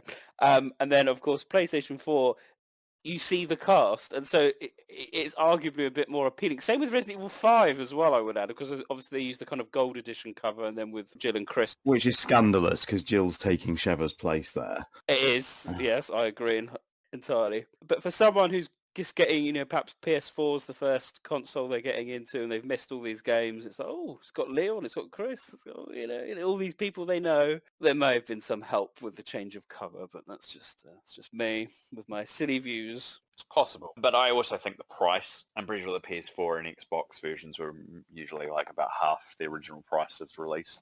Here you can buy them constantly still. They print them enough that they're about 30 New Zealand dollars, so it's about 15 quid. Yeah, £11 on Amazon I'm looking at right now, so very cheap. I think it's also worth pointing out as well that the game also probably gets 2 sales for the price of 1, because if like someone gets it in a sale and they go, oh, do you fancy playing this co-op with me? Then theoretically a friend or whatever might pick it up as well, just to play a co-op experience. I think co-op it helps its longevity quite a lot, because people are always looking for those sort of solid co-op experiences. And, for all the flaws of 6 in particular, it still remains to be a very good co-op experience. It's a smooth segue into our recent plays. You can see on our YouTube page, actually, we've had a couple of... this was PlayStation 3, because I don't have Resident Evil 6 on PlayStation 4, but I have on PlayStation 3. And it's one of these things. In 2012, I didn't particularly like Operation Raccoon City. I didn't particularly like Resident Evil 6, but I've had the opportunity now to play them as... Well, Orc I played as intended and had an absolute blast. Resident Evil 6, I don't think... It is a co-op experience, but it's not in the same manner as 5, which was very much designed to be a co-op experience from the outset. I think this is probably more of a single-player campaign that they decided to add a second character in and, adopt as many of the traits of 5 as possible. And it's not harmed by it, far from it. But it's not built in the same intention, if you like, as 5. But it is a good co-op experience. And I have to say, playing it, for all its stupidity and running around, I had a huge smile on my face playing it with you guys. It was such good fun, especially the crawling. The back crawling was got to be one of the most surreal things I was doing. That was so funny, the two of us crawling around on the ground. I mean, I'm going to say something, Nick. It's quite funny that you say this, because 5 actually wasn't designed as co-op when it was originally designed. That's true. You're right. Yeah. Which is the funniest part of it, because I actually still do agree with you. 5 feels fundamentally more designed around its co-op. But I think maybe part of that is just also the AI changes. 6's AI... And this is another thing I can give it credit for. 6's AI is actually much more fundamentally helpful than 5's. And I think that's why 6 feels like you can play it without a co-op partner better than 5. And I think that's really what the difference is. I'm sure 6 was intended to be designed with co-op in mind 100% because of how the feedback from 5 was. But they really just focused on making sure that if you weren't playing it with co-op partner, that the AI wasn't as flawed, perhaps, especially on the harder difficulties. But crawling, yes. Crawling is good fun. One of my favourite highlight of us rolling around on the ground. Batman, what about you? Been able to get a co-op experience on this one?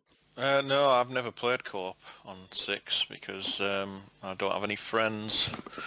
But I like when you play in single player, obviously, and you play as the alternate character. I do like the sections where you can go into completely different areas and do different things. One example I always remember in Adonia is when you play as Pierce and you're on the bridge, and obviously Chris is trying to get to Finn on the bridge. If you play as Pierce, you actually go into some caves and find a sniper's position to help him. So I appreciated things like that, but I would like to have a go at the co-op properly someday. Because I remember at the time Capcom made a big deal, not just of the co-op, but of the sort of 4-player, where you could potentially link up with 3 of your mates in the crossover sections for some of the boss fights. I remember Capcom made a big deal of that at the time. Sean, you mentioned, I didn't know this was a thing until we started playing this.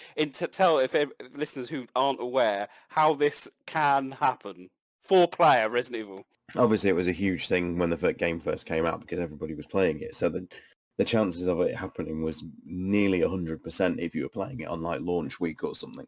So what happens is, in the crossover moments of the campaign, so you've got Jake and Sherry and Chris and Piers fighting the Ogreman, is that what I'm saying? Yes. Yeah, and you've got the Jake, Sherry, Leon, Helena, Ustenak fight in China. Those are just 2 examples I'm doing. There are more. What happens is when you reach that point naturally, the game will stop for 60 seconds. You'll just get put on a loading screen and a countdown will start. If in that point, someone else playing the other campaign has reached that section, it will link your 2 campaigns up. So just for that fleeting crossover, whether it's the Ustenak fight, the Ogreman fight at the beginning, or even if someone's playing as Ada, it will link up for the Deborah boss fight. It'll link you up with a Leon and Helena player. And what will happen is it'll sync your games. The countdown will end prematurely if it's been successful. And when it resumes, you will be in a 4-player environment, potentially 4-player. If the other player's got 2 people, then you're in a 4-player environment. And it worked. It was great. You didn't know the other people. It was often just anonymous names above, the other characters' heads. But you just got that sense of camaraderie. That you're in there with somebody else, and you tended to walk those sections because 4 human players obliterated. Yeah, I was going to say it's the same thing for being able to play as enemies and dropping into other people's games. It's kind of fun. It's a fleeting event because usually either you get killed so many times and it's over, or you manage to kill them and it's over. But it works, and it's kind of an idea that I could see Capcom revisiting and being able to do much more interesting things with. What about some of the other modes in the game in terms of their longevity? There's a Survivors, there's Onslaught, Survivor. God, I keep forgetting them as well. I've never played. I honestly, the reason I can't remember them, never played them. Yeah, the Mercenaries was great though, because the combat system is genuinely such a joy. Mercs is actually amongst the series best there. I meant because it's mostly like quite large. I want to say larger spaces, if that makes sense. Like with lots of little sides and tunnels and or shops or whatever it is. But it's a much more open map with the sense of being able to use those things like sliding and all that sort of stuff. It kind of works. Onslaught, Survivors, Predator, Siege. Wow. 4 DLC packs. And they're included in the Xbox versions automatically. And the PS4 and the Switch, yeah. I want to point out that the fact that we could still play the game on PS3 10 years later and that the other funds are all supported is a great testament to Capcom and for keeping those servers available. 100%. We're rapidly coming towards the end of our discussion. What I wanted to do was talk about whether there's been a general change in attitude. That's how we kind of started off our discussion about whether the 10 years has been kind. Do people still feel it's at the bottom of the pile, or are we seeing that change, that narrative change amongst the community and fans? Well, just purely from a personal point of view, I mean, I never particularly hated it in the first place. I was disappointed by it, like a lot of us were, but I never hated it. And I don't think it's aged particularly well, but given where the series has gone, particularly in terms of the storyline with some of the more outlandish things we've got now, it makes this game feel a little bit more grounded, if that's possible. I mean, I know it's full of like ridiculous set pieces and terrible boss fights, but it's just nice to fight a game with, monsters created by a virus and things that are like loosely rooted in science and things, and characters are just so good in this. So you think it's going to get better if RE9 goes even more outlandish?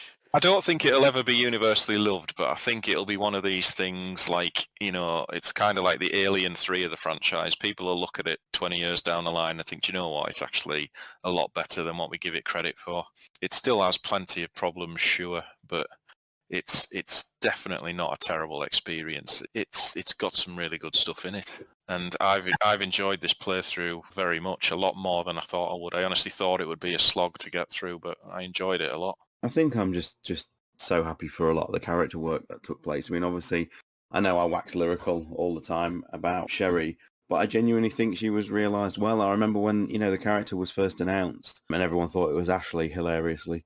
Yeah, ironically. After all those years of thinking every blonde character was going to be Sherry, and then when Sherry finally does turn up, it's Ashley.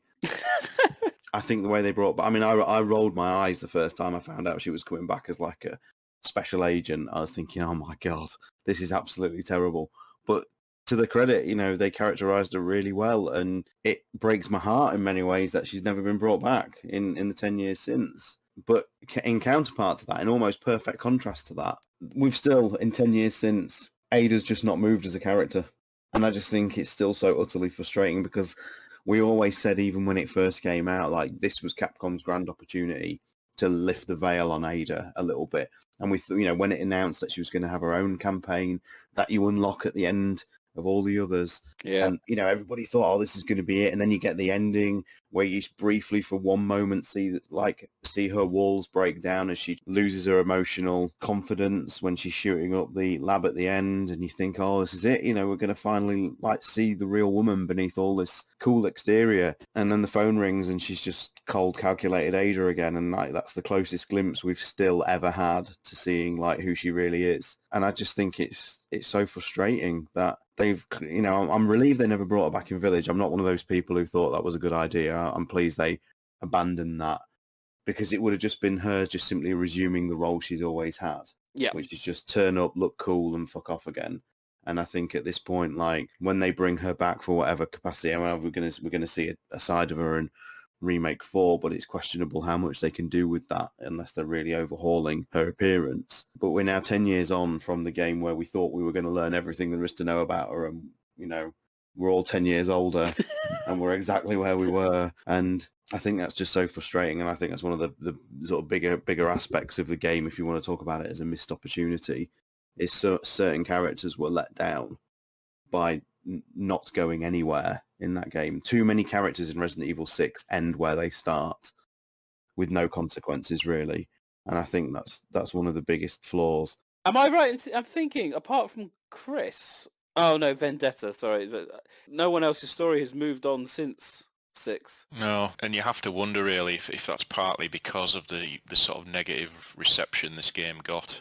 Because the characters, even the new characters introduced this, like Piers, like Helena, they are interesting characters, and they are set up to have a future role in the series.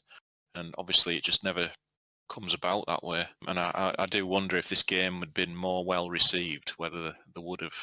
Certainly, someone like Helena, because her whole storyline revolves around what happened with her sister and how she's going to lose a job and potentially be charged by the government, but in the end she gets a job back, and she's set up to come back in the future and she never does. And likewise Sherry, with her role in the government, nothing happens. And even though we're 10 years down the line now, even in terms of series chronology, we're 10 years down the line, and we haven't had any progression with even the main characters. Like someone like Leon, I know he's in Vendetta, but Resident Evil 6 is where his storyline basically stops, and that's 10 years ago now. And it's like that. From Chris aside, it's like that for all the legacy characters. We haven't heard anything from them for 8 or 9 years now. And that's going to be a problem that Capcom are going to have to address in the next game. Wasn't one of the original concepts for 7, you playing as a character going into a BOW quarantine zone, and Sherry was actually going to be in a kind of Hunnigan role? Yeah, it was something like a BOW quarantine zone. And I'm sure Sherry was going to be on the radio as support, wasn't she, or something? Something like that. Or she was the playable character and Leon was on the radio. I can't quite remember. That might be it, actually, yeah. Can't quite remember. But there was some DLC for 6 planned where Claire and TerraSave were going to go into Tall Oaks before the bomb went off, but that was allegedly cancelled because of the negative reception the game got. And it's worth pointing out that you nicely brought her into it, that Claire's omission is the one thing that prevents this from being the grand reunion. Yeah, Claire and Jill. Yeah, and Jill, yeah, sorry, God, the community will never forgive me for that now, will they? Jesus. Yeah. God. Jill's a fair point, really, because we don't get anything. And technically, if she was still in the BSAA, there's no reason why she wouldn't be on Chris and Piers' team. Or even had some contact with them at some point during that, which would have been a perfect reason to have one conversation with her involved. Yeah. Or why she wouldn't be there with Piers when Piers goes to get him out of the funk he's in for losing his memory. Because the files reference a lot of past characters like Sheva and even the little girl from Degeneration, but there's absolutely nothing from Jill. I know John and I have done this. Obviously, there's an article you can read on the website, but I know a lot of people like to play through the series chronologically.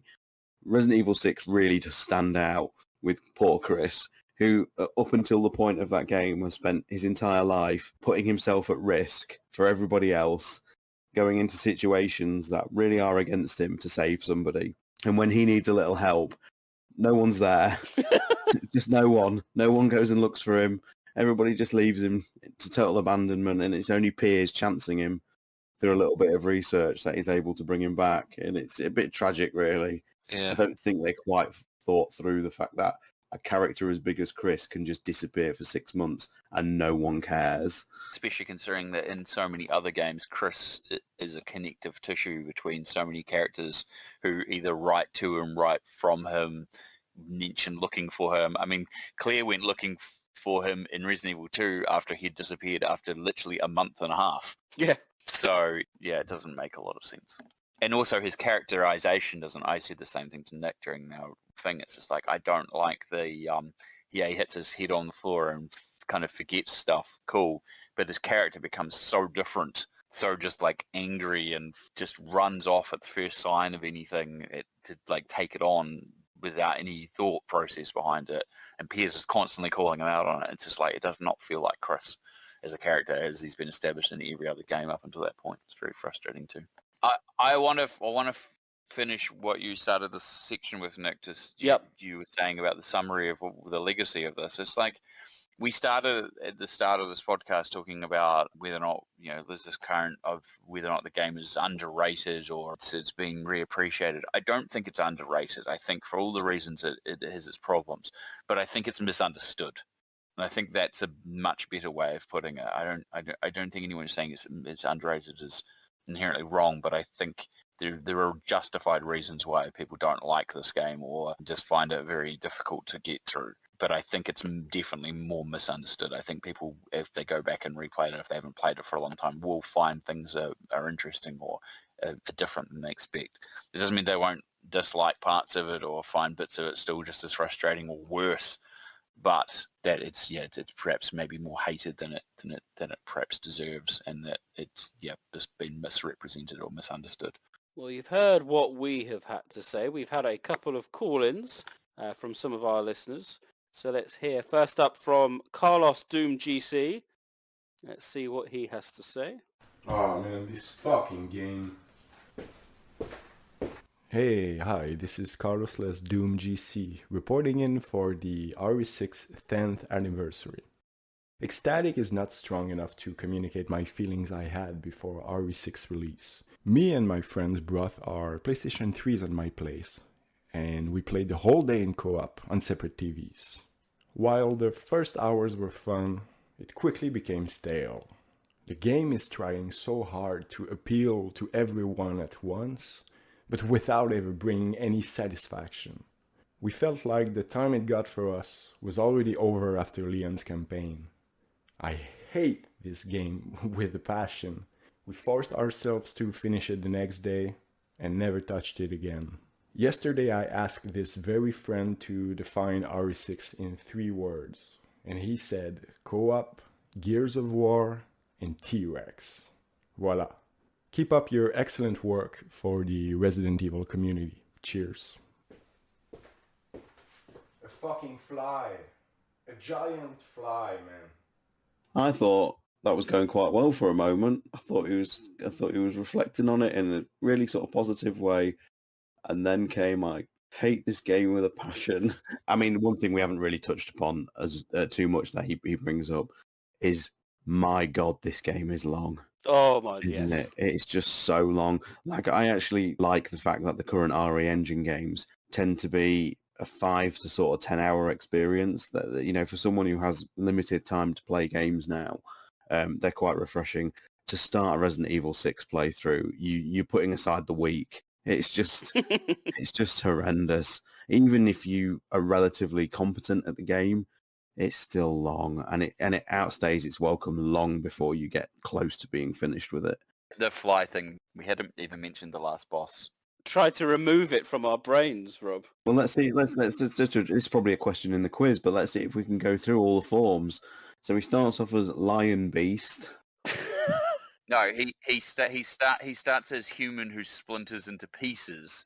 Oh, that's right. Yeah. Then he's Lion Beast with Gatling gun. He's like Ben 10, isn't he? He just turns into different monsters. Then what is he after that? Because he pretty much finishes that fight in Chapter 4 as Beast thing. And then he comes back as the T-Rex, doesn't he? It's a fucking T-Rex, my God. What drugs were being smoked that day? Then the fly at the top. Well, he gets the bigger version of the Rex monster, because as he goes up the building, he kind of gets a little bit bigger. He gets to be like the dog beast thing again, doesn't he, for the Leon Ada fight, where Leon has an indestructible back because said Gatling gun blasts him with bones. Bones, yeah. And we're all forgetting he's pretty much indestructible in fly mode, isn't he? And you have to use Pierce's electric arm thing. Completely misremembering that, Nick. That's for the Chaos fight. No! Pierce never fights Simmons. Pierce isn't in Leon's campaign against Simmons. You use the lightning rod from that Ada knocks down from the transmission tower. When Pierce becomes... Nick, Pierce never fights Simmons, ever. Okay, fine. I didn't make it that far. I did not make it that far. Our host, ladies and gentlemen.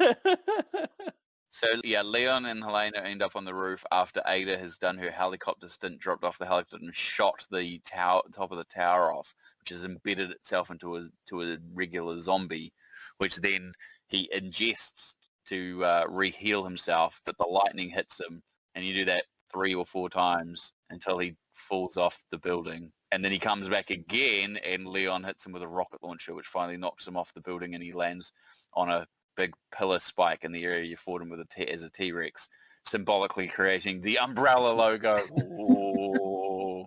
Masterpiece. And I think there was another form as well, which was conceptualised but obviously cut, because I've got the Biohazard 6 story guide, which has the complete game script and storyboards in, and there's a storyboard sequence for this boss fight where he looks to be like some sort of angel with like wings coming out of his back, a bit like Alexia's dragonfly form. So I'll have to look at the text and see what it says, but yeah, that's definitely not in the final game, but that would have made it even longer. I must admit, I played through Leon's campaign, and as soon as I got to that boss fight, I just turned it off and said, I've completed it, mate. You're talking about the T-Rex one, I'm assuming. No, I did that one. It's after Ada fucks off. She sends Leon that message, and you get to the roof, and I thought, right, this is where 2 hours of pain starts, so I'll just, turn it off. I've done it. One last thing I wanted to mention. There was the comment about his friends, and he said, what was it? What was the first word he used? Co-op, Gears of War, T-Rex. Co-op, Gears of War. It wasn't Gears of War, I get that. But Gears of War was already essentially inspired by Resident Evil 4, so I don't know if I can say that this is Gears of War. It's repaying the favour back to you, is it, Rob? Yeah. It's kind of like... I mean, yeah, I can see it with the Adonia stuff. There's kind of uncover and... Yeah. I feel like they admitted more that they were going for the action-based Call of Duty crowd, but obviously we're sticking to the gameplay of 4 or 5, so it kind of inadvertently becomes like Gears of War, I guess, but I don't know if that's a fair comparison, considering, was it Cliffy B said that was what inspired Gears of War anyway. So. Thank you, Carlos, for that call-in. We now have another one. It's come in from one of our patrons, Aaron Z, so let's hear what he has to say. Hi guys, TyranT here from the Discord. RE6 then, stars TyranT. I'm here, my friend. The backup has arrived. Is RE6 a mess? Well, yeah, it is a mess, but what a wonderful mess it is. It's a game that Capcom needed to get off their chests, and they did. I've always been a defender of RE6. I hold it in a higher regards to most, but I do see the flaws, the awful camera changes in the running sections, especially with Jack and Sherry. The BOWs, especially the shout out there to Simmons and the big bee monster that takes an eternity to kill. The mess that is the storyline, it's just a bit too much, isn't it? The fact that none of the characters grow from the first scene to the last, like Leon is just the same throughout. But still, and you may think I'm mad, it's a hell of a game. It's the most fun a Resident Evil game has ever been, and nothing screams Resident Evil quite like quick-shotting a zombie in mid-air while no-scoping with the sniper rifle, or firing your pistol while jumping or sliding. Roundhouse kicks, anyone? Some of the character work here is fine, and it actually goes under the radar. Pierce, Helena and Jack are good new additions to the stories, and solid if anything else, Jack being a character that I hope they revisit in future titles. But I will say that the Wesker thing is a bit of a waste. I've not really got enough time to go into it, but yeah, it's just seemed a bit like for the sake of it. Leon is back on form after a miserable outing in 4. Chris is Chris, but just a bit, drunk. Ada's campaign is interesting to say the least, and Sherry, well, behave yourself, Sean. She's great. What a missed opportunity not to bring her back. after 10 years, but maybe someday she'll be there. I've probably gone over my time as per usual, but I want to quickly say that I've put a serious amount of hours into the Mercenaries mode. It's a marvellous chaotic game, and honestly, nothing will beat it. It's so much fun. There's nothing better than the sliding, the jumping, the kicking, and the unbridled chaos that is Resident Evil 6. So I'll sign off by saying this: embrace the madness, folks. Thanks very much. Very good, very good. Aaron, your check from Sean is in the post. Honestly, I just thought I was listening to Sean again. Yeah, it's some different fair calls in there for sure. He's obviously a fan of the sliding mechanic we've spoken about, and the general fun, I think. And ultimately, this is a video game. It is you are supposed to enjoy it. You are supposed to get something out of it from a gameplay point of view, and it succeeds just about, I think. I mean, I don't think it's as fun as Aaron or Sean make out, but it's got its moments. I had the moment which I posted in the Discord because for me it was like an action movie moment that completely happened at fluke, and I saved it because it was so funny. I was in the mine section with Leon and Helena, and I was on a platform and I went to jump off, and obviously it creates an automatic scene of you jumping onto the next platform, and it just so happened that either Helena shot or got exploded by a creature, one of the ones that was wearing a bomb, right while I jumped, and it looked like Leon was leaping from a massive explosion. It was completely unscripted, but it looked like a scene out of an action movie. It was hilarious, and I was just like standing there after just going, did that just happen? What? My first was like, what blew up? And then, did that just happen?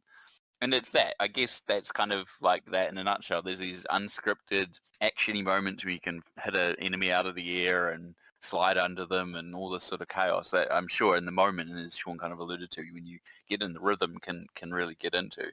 But I think for a lot of people, that's not what they're wanting of Resident Evil.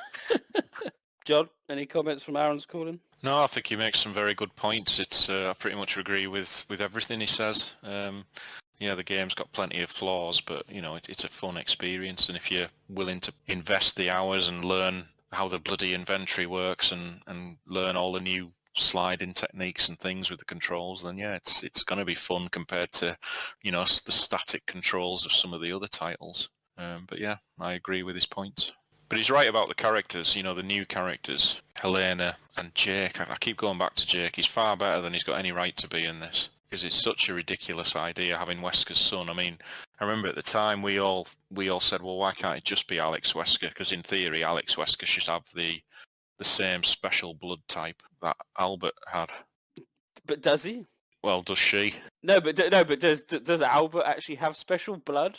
Oh yeah, because it's been inherently passed down onto Jake, hasn't he? It's mentioned in the file profile in 6 about Albert Wesker that he does. I just wasn't sure, was that ever a part of, because he was picked for the Wesker program. I didn't think it was actually down to blood. Well, he just had a natural blood type that rendered him immune to most viruses, which is why he could adapt to the special experimental T virus. And obviously, this has been handed down to Jake. But in theory, because Alex Wesker also survived the experimental virus, then in theory she should have the same, or very similar at least, special blood. But was that an RE6 adding to Albert Wesker that he had special blood? Well, I'd say confirmed, I suppose. I mean, no one really put together. I don't think there was any indication that he was immune to most viruses. RE6 sort of brought that in, but we always knew there was something special about him because obviously of because of what happens to him. But there was no reason why this couldn't have been Alex Wesker, and everyone had these. I remember the forums were loaded with all kinds of things about Alex Wesker possibly working with Simmons and all this. And I remember the first time I played through 6, and obviously each campaign has its own antagonist. You've got the Eustanak for Jake and Sherry, Simmons for Leon, and obviously Carla Radamir for Chris. But when you get to the end of chapter 4 for each character, all of these respective antagonists are supposedly dead. So I thought chapter 5 was going to be a complete curtain pull and we were going to have Alex Wesker and all kinds of revelations, but no, they just brought all the dead characters back again. Chapter 5 for each character really is where this game goes downhill. I mean, yeah, I think I agree with you, Rob. Jake and Sherry's campaign is the weakest, but Leon's is pretty solid up until the end of Chapter 4, and likewise with Chris. That undersea drilling oil rig thing at the end is just completely underwhelming. And Leon Chapter 5 starts all right. I actually like the start where you have to outrun the gas, and when you get a lift in the BSA Jeep and you're just driving through the fog. I quite like that, but it's just obviously when you get to the prologue where you've got to outrun that explosion and get on the helicopter, it just gets ridiculous from there. What I just don't get about that fog thing was just the convenient pockets of non-gas that you just happen to walk through or get through until you get into a vehicle, and then how it doesn't seep into the vehicle. Yeah. Somehow it's a bit overly convenient for me. Gives some interesting visuals, but yeah. I knew Aaron would have my back, guys. There he was, and he rightfully chews me out for Sherry, but it is what it is. I will say though, in response to sort of Aaron calling backup and all that, we've been pretty fair on 6. I think it's been quite a warm episode so far. I agree with all his points about the characterization and things like that. The game is just ridiculously fun to play. I think now, with the benefit of hindsight, I think we've sort of touched upon this a little bit, is that ultimately it's a harmless sort of title now, isn't it? But when it's all it was, when it was like the current title, I think there was a sense of disappointment that, like, if we come here, but now like the dust has settled and it's kind of irrelevant. He alludes to something I said earlier, that it was a game that Capcom needed to get out of the system, and now they kind of have. Things feel fine. It still has its occasional missteps, and I think at its worst, Remake 3 is closer to RE6 than maybe people realise in terms of silly set pieces and overblown drama and things like that. But for the most part, the RE Engine era is a better place for it, for 6 existing, ironically. I have nothing to disagree with, Aaron. Thank you for your call in.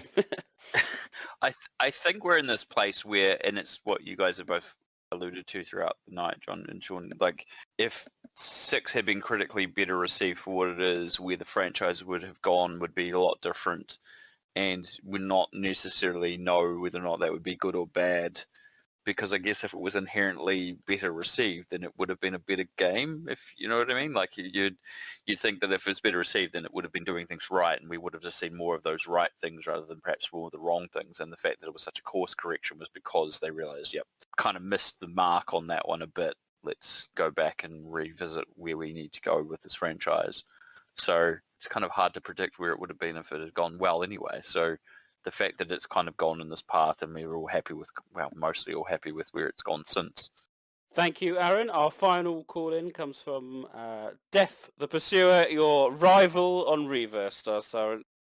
Greetings all, Death the Pursuer here, looking back on what I like to now call Michael Bay's Resident Evil. 10 years ago, a 19-year-old Death the Pursuer was actually quite excited for this game and didn't really know any better.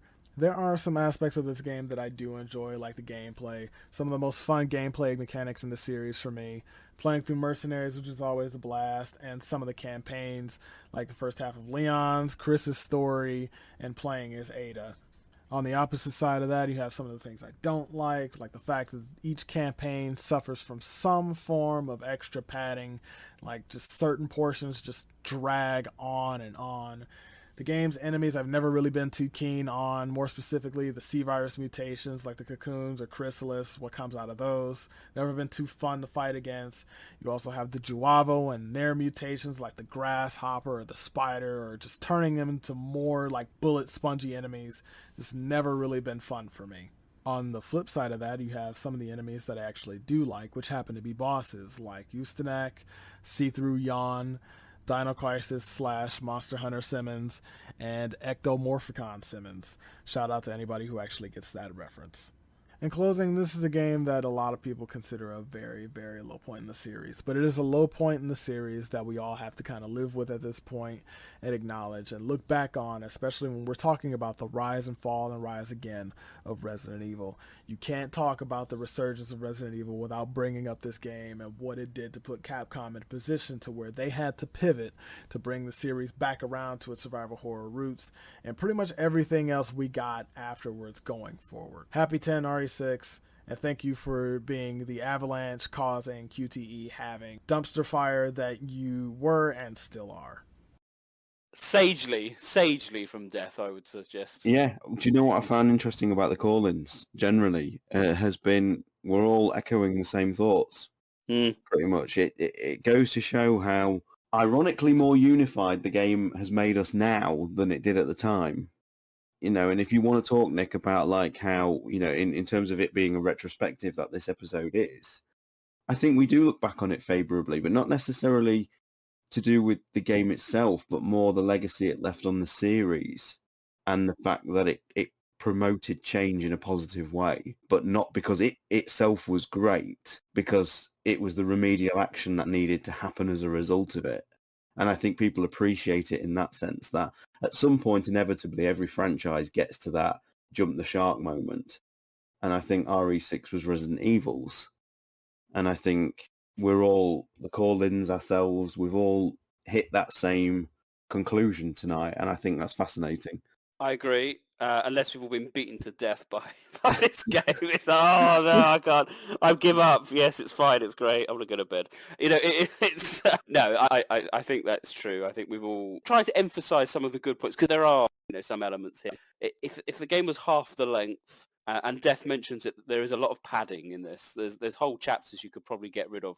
Yeah, absolutely. Every campaign could do to lose a chapter easily. Leon chapter 3 could go.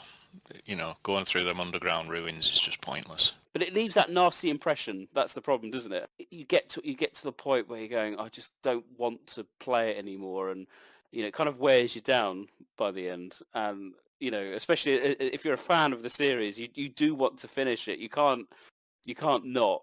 It's funny because when we were coming up towards this episode, and I think we were all kind of making jokes about revisiting it and stuff, but one of those things that does hold true to me, one of the reasons why I would sit there and just go, oh, I don't want to, is just thinking about the length of it. It's thinking about just how much padding and how long it's going to take, and just be like, oh, do I really want to sit through all this again? and John's classically just said, I got to the rooftop of the Leon thing, was like, right, that's it, I'm done. Done it. As far as I'm finished it, because that's literally the last bit that's left. Sorry, I'm just going to change subject. I'm going to steal that Michael Bay's Resident Evil for that video I was talking about earlier and title it that, because that's, for that explosion I had, that's totally it. Michael Bay, Resident Evil by Michael Bay. Explosions by Michael Bay. Thank you, Death. Thank you to everyone who's called in. There was just one final thing before you conclude, Nick, and I suppose I'm going to just bring John in on this one, because I get the feeling that when they introduced this plot point, they were going for a Patriots level twist on Resident Evil. Are they ever going to do anything with the family, do you think? Because it was like this supposed to be this absolutely massive groundbreaking addition to the lore, and my God, has it not gone anywhere? It was just utterly ridiculous, wasn't it? I think the only resolution we got was, Simmons is gone, so we've elected a new leader and we're off now. Bye. and then, I'm happy with that. Yeah, that's cool. Because again, they didn't bring anything to the series, did they? No, but you got the impression that they were going to, that this was going to be the direction that, I guess if it had been received better, then the next game might have explored that. But then again, we're seeing history almost repeat itself with the connections, aren't we? Yeah. A little bit. As you said, the family are very much like the Patriots, so I think it's probably the best thing they ever did was not follow Metal Gear Solid 2. The thing is, though, Nick, you know the leader of the family is Brandon Bailey, don't you? Of course he is, yes. Deary me. Secreted by the clone of Albert Wesker. Dun, dun, dun. Don't. On that note there. Bert, by the way, his name's Bert. Bert is Bert, absolutely. Oh, don't. Bert Wesker. Thank you everyone for your call-ins, and that brings our RE6 10-year retrospective to a close. What as Sean said, what a fascinating discussion, actually. I think it was quite balanced. I think we kind of covered all the negatives, but also tried to emphasize some of the positives that it does bring to the franchise. We hope you have enjoyed it. We now move on to the season finale, oh yes, of Neptune's Biohazard Quiz. 25 years of Resident Evil. 10 years of the Resident Evil podcast. Expert knowledge is needed in what we call the quiz. This was my only opportunity for a point this week. I'd just like to announce, everybody, that this is 0 points for me this week. Thank you. Goodbye. We've talked about the games straying too far from the origins. This Resident Evil quiz, we're now getting Spice Girls as the correct answer. I mean, it's time to quit. Welcome to Neptune's Biohazard Quiz.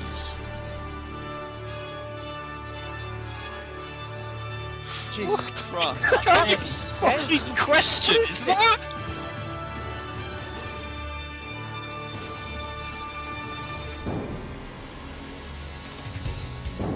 Batman.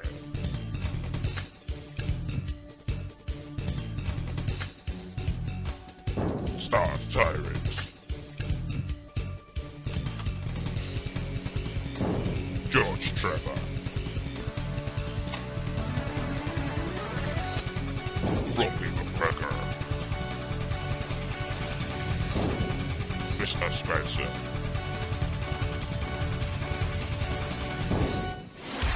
Neptune's Biohazard Quiz. So welcome. But before we start the quiz, we have a complaint. Oh yes. Despite being absent from the last quiz, the Batman, that's you, John, need to ensure 100% accuracy with the quiz questions. So sometimes in the heat of the moment, REP can make some slight errors with the questions. The 2 dog tags you pick up in the Outbreak were from the Hellfire chapter and not from the Hive. So thank you, John, for pointing that out to me. I'm ashamed I didn't know that. Oh, I mean, I did know that, but never picked up on it at the time. So I apologise to everybody. As a sort of Outbreak player back in the day, I should have called that out, and it went below my radar, and I'm ashamed, and I offer penance. I'm sorry. I'll leave you alone for one episode. But anyway, back to a normal regime. We have 5 questions, so clear your desktops. Let's go. Hang on. You mean normal regime is in one of these questions will inevitably be wrong then? It's possible. Yeah. It's very possible. If this is, can you please name certain BOWs in Resident Evil 6? Can I just pass now, please? No, I was very tempted, but I did not. Here we go. Right, question number 1. Name the 3 types of rounds for the grenade launcher that you can find in Resident Evil 6. There's 3 types of rounds for the grenade launcher. What are they? Question number 2. In what suburb of Langshan did the C-Virus bomb explode? Question number 3. A welcome return of the odd one out round. I did think about this one as to avoid a comical mistake. So, odd one out. The Whopper, the Shrieker, the Sea Zombie, or the Rascal Plangy? Again, please. Again. These are all RE6 BOWs. The Whopper, the Shrieker, the Sea Zombie, Sea Virus Zombie, or the Rascal Plangy. So, which is the odd one out? You assume you're wanting odd one out, and why? Preferably, yeah. You might get half if you get the right one. Right, question number 4. Which character from Bahara Desire is supposed to be in Langshan observing the events unfolding? I don't know his full name. Will you take half a point? I may. We keep looking for him. We can never find him. And finally, a question from Why So Many Among Us from our Patreon. What is the stated goal of Project Ada as shown on the computer screen? Yes, there's a little moment where it pops up and it tells you what it is. So they're the 5 questions. Let's go straight to the answers. When you start to play Resident Evil 6, you hammer the buttons and wiggle the sticks. To punch or to shoot or to jump or to kick, you hammer the buttons and wiggle the sticks. I'm screaming at Leon because he's so thick. His facial awareness is that of a brick. The camera keeps jerking, it's making me sick. So hammer the buttons and wiggle the sticks. What's with these controls? Are they taking the mick? No, hammer the buttons and wiggle the sticks. Just give me some options, a tactic to pick. No, hammer the buttons and wiggle the sticks. These damn QTEs happen too bloody quick. I'm tired of shaking the analog stick. If the camera keeps jerking, I'm gonna be sick. So hammer the buttons and wiggle the sticks. Hammer the buttons and wiggle the sticks. How well has everyone done? So question number 1 was, name the 3 types of rounds you get in the grenade launcher. Batman, start us off, please. Oh, God. I don't know. I'm just going to have to say acid, flame, and explosive. Acid, flame, and explosive. Okay. TyranT. I think it's flash, grenade, and acid. Okay. Rombie? Explosive, acid, and nitrogen. Is correct. Oh. Yes. The full point to Rombie there. Great. Damn Half a point for Batman. You got 2 out of the 3 there, so well done to you. But a full point to Rombie. Good start. When I said grenade, I meant explosive, Nick. Come on. Well, that's great. I can't read your mind. Question at number 2 is, in what suburb of Langshan did the C-virus bomb go off? Rombie, did you know this one? I could not remember. It's in the cutscene when it happens, and they keep saying it and again, but nope. Stars? Kucheng. Batman? I think it's Tai Chi. Tachi or something. Tachi. Not Tai Chi. Yeah, Tai Chi. Correct. Wow. What? I was gonna make some jokes about going to get some power converters. Am I wrong? It's Tachi. It is correct. What the fuck's Kucheng then? That's I don't definitely in the know. game. That's the earlier outbreak. That's the one I did know. But Nick was talking about the one where the missile hits. Oh, well, the Ace of Spades or whatever. Oh, Yeah, that's the fucking first game. one. It's betrayed me. Yeah. I think Sherry says it's the Kucheng building where Simmons is waiting for them. John. Yeah, fuck you. It's all right. Question number 3 was the odd one out: the Whopper, the Shrieker, the Sea Zombie, and the Rascalapangi. Rombie, what did you go for? I'm going with the Shrieker because the way it runs away from you and all the others attack you. But that could be anything, Nick. It could be. Okay, okay, fine. Batman. Well, this sounds too obvious, but I'm just going to say the Rascalapangi because the other 3 are zombie variants, and the Rascalapangi is a complete mutation species. Okay, TyranT. I'm going to say the Whopper because it's a brand that you can buy and eat at Burger King. Because it's one of your fucking questions, Nick, and there's no point trying to think about it logically in the sense of it being a Resident Evil question.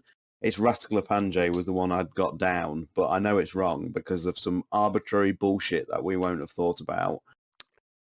Ye of little faith, it is the Rascalapangi. Thank you. For the precise reason that John gave. It's not a zombie, yeah. Whereas the other 3 are.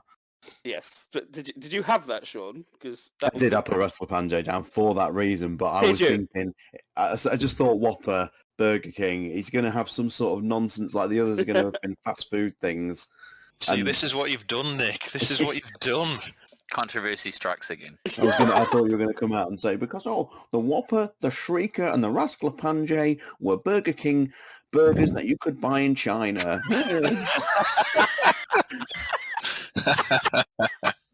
The C virus zombie obviously isn't. It was right there in front of you, everybody. Yeah. I feel I'm misrepresented. Anyway. Question number 4. So points there to Stars and Batman. Question number 4 was, what character from Bahara Desire is supposed to be in Langshan observing the event? TyranT. I only know his first name, and it's Ricky. That's a UK joke. No one outside the UK is going to get that. I can't remember his surname, and I'm going to kick myself when I hear it because I should know it, but I can't. It's not coming to me. Rombie, did you know? No idea, and I don't even get the Ricky joke either, so I'm just clueless today. Did you have Ricky? No, I had no idea. You had no idea. I didn't get Sean's reference at all because I'm not from the UK. Batman. Ricky Tawaza or Tawaza or something. Is correct. Yes, so it's Ricky Tazawa. For the uninitiated, he should be somewhere taking pictures of Chris when Chris pushes the reporter's camera away, isn't it? Correct, yes. I remember you guys talking about this at some point. It's how Mahara Desire ends. Yeah, the character wasn't... I don't think you guys mentioned the name, perhaps, but I do remember this now, you mentioning that he was supposed to be there. And he's not, because you go looking for him, he's not there. All that build-up in Mahara Desire. The exclusive tie-in to Resident Evil 6 that came out 18 months after the game would finish, after the game would come out. Finally, question number 5 is, what is the stated goal of Project Ada as shown on the computer screen? Batman? I don't know. It's something about birthing a new organism via a chrysalid, but I don't know what the exact wording is. Okay, TyranT. The world will burn in an inferno of hate. I have no idea. Rombie? No idea. I mean, it was just recreating Ada, so I have no idea what the concept was, what it says. I'm going to give it to Batman there for the point. It's to create a new life form from a chrysalid state.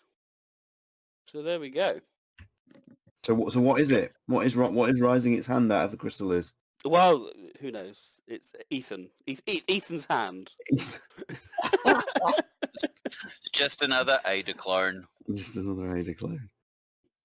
It's Ark. I was waiting for that. It's me, Ark. And she'd carry on fucking shooting, wouldn't she? Batman, you win the quiz with an impressive 4.5 out of 5. Congratulations. All right. Lovely, thank you. In second place with 1.5 is TyranT. Thank you. And our usual winner, this time at the bottom, is Rombie with 1. I always do terrible on these finales. I always do. I don't know why. But there we go. Well, there we go. So the winner of this specific quiz is Batman. But of course, this is the season finale. So, so anyone can win. Yeah. Anything can change. It's non-canon corner, isn't it? No. George Trevor's going to somehow win, and he's not even here. Burger King burgers, come back. Now, normally we have a bit of an over-elaborate end-of-season quiz, but not this season. Oh, no. This is going to be a last man standing quiz question. It's a very, very simple question. We've had these stars. I can see where this is going. Yeah, we've had these stars before. So I'll ask the question, and then we'll go with Batman because he won the last quiz, and then Stars, and then Rob. You'll give me an answer, and you've got 3 seconds to give me an answer, and then whoever's the last person still in the game wins the quiz. So it's a bit like when we did all the Hunter variants, I think, and Biohazard. Yeah, this is cool. I like this, Nick. I like this. Good. So everyone is in it, and it could also mean we have a joint season winners, which is exciting. Now, I've been saving this question for a long time. Because it's so easy, but it's brilliant at the same time. Okay. So name all the canon playable characters in the Resident Evil. Yes. So by that means someone, for example, someone like Lady D, she's a canon player. She's actually playable, but she's not playable in a canonical story mode, should we say, because you can only play in Mercenaries. So we need all the canon. Oh, right, okay, I'm with you. Yeah. So it's like story-only stuff. Story only. So name all the canonical playable characters in the RE series. Starting with Batman. Go! Chris. Yes. Sean. Leon. Yes. Rob. Jill. Yes. It's exciting, this, isn't it? Claire. Yes. Ada. Yes. Rob. Rebecca. Yes. Sherry. Yes. Billy. Yes. Jake. Yes. Ark. Oh, yes. Helena. Yes. Yep. Ethan, yes. Sheva, yes. Josh. Oh, yes, very good. Carlos, yes. 1, Richard.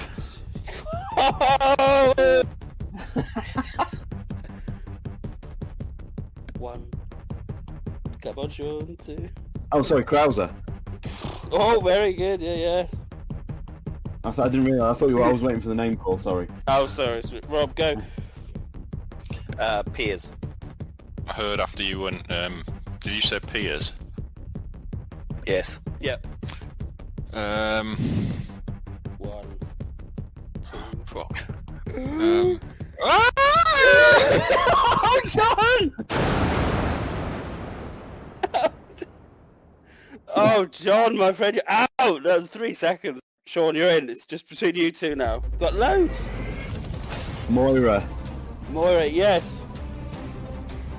Rob? Somebody who said Ada? No? Yes, I did. Oh, did you? I did. No, right early on. Oh, yes, you did it. I did too. Oh, fuck me. I'm running out. 2. 3. I'm struggling now. Go on. Oh, my days! Probably millions. I'm just not even thinking because I'm trying to remember which ones that haven't been said. That is the fucking problem. Bruce, Dong Ling, Barry. Oh God, All Barry. the Outbreak characters. Oh, poor performance indeed. Poor performance indeed. And you accuse me of doing silly questions. Steve Burnside. That would have been a good one. Yeah. And Parker. Parker, yeah, of course. Zoe. Mia, Clancy. Fucking hell. Joe, Rose, Bruce Yeah, from of course, yeah. Yoko, Mark, George, Kevin, Cindy, Alyssa, David, Jim, Parker, Keith. Hey, all right, Nick. We were shit. Barry, Natalia, Wesker. We missed Wesker. We also missed 387. Oh dear. And amazingly, and Ingrid. Oh, if you're talking Maiden, yeah, okay, fair enough. There we go. So congratulations, Stars TyranT. You are this season's winner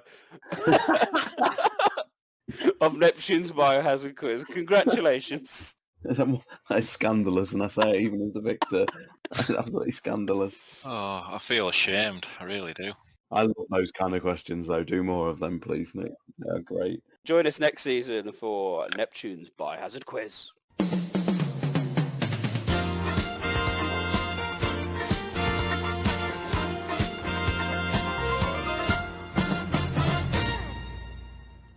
Coming up next, and what a way to kick off Season 8. That's right, it's 20 years since Resident Evil 0 graced the Nintendo GameCube, so we're taking a look back in one of our special Happy Birthday podcasts. That's right, the team will be going through the game from beginning to end, showcasing our tips and tricks and our experiences through the management training facility, and then finally the labs. So there we are, so plenty to look forward to. And there'll be some changes to our some of our socials, so keep an eye out for that as well. Thank you everyone who's called in and contributed. It's goodbye from me, Neptune. Goodbye from me, Batman. Goodbye from me, Stars TyranT. And goodbye from me, Rombie.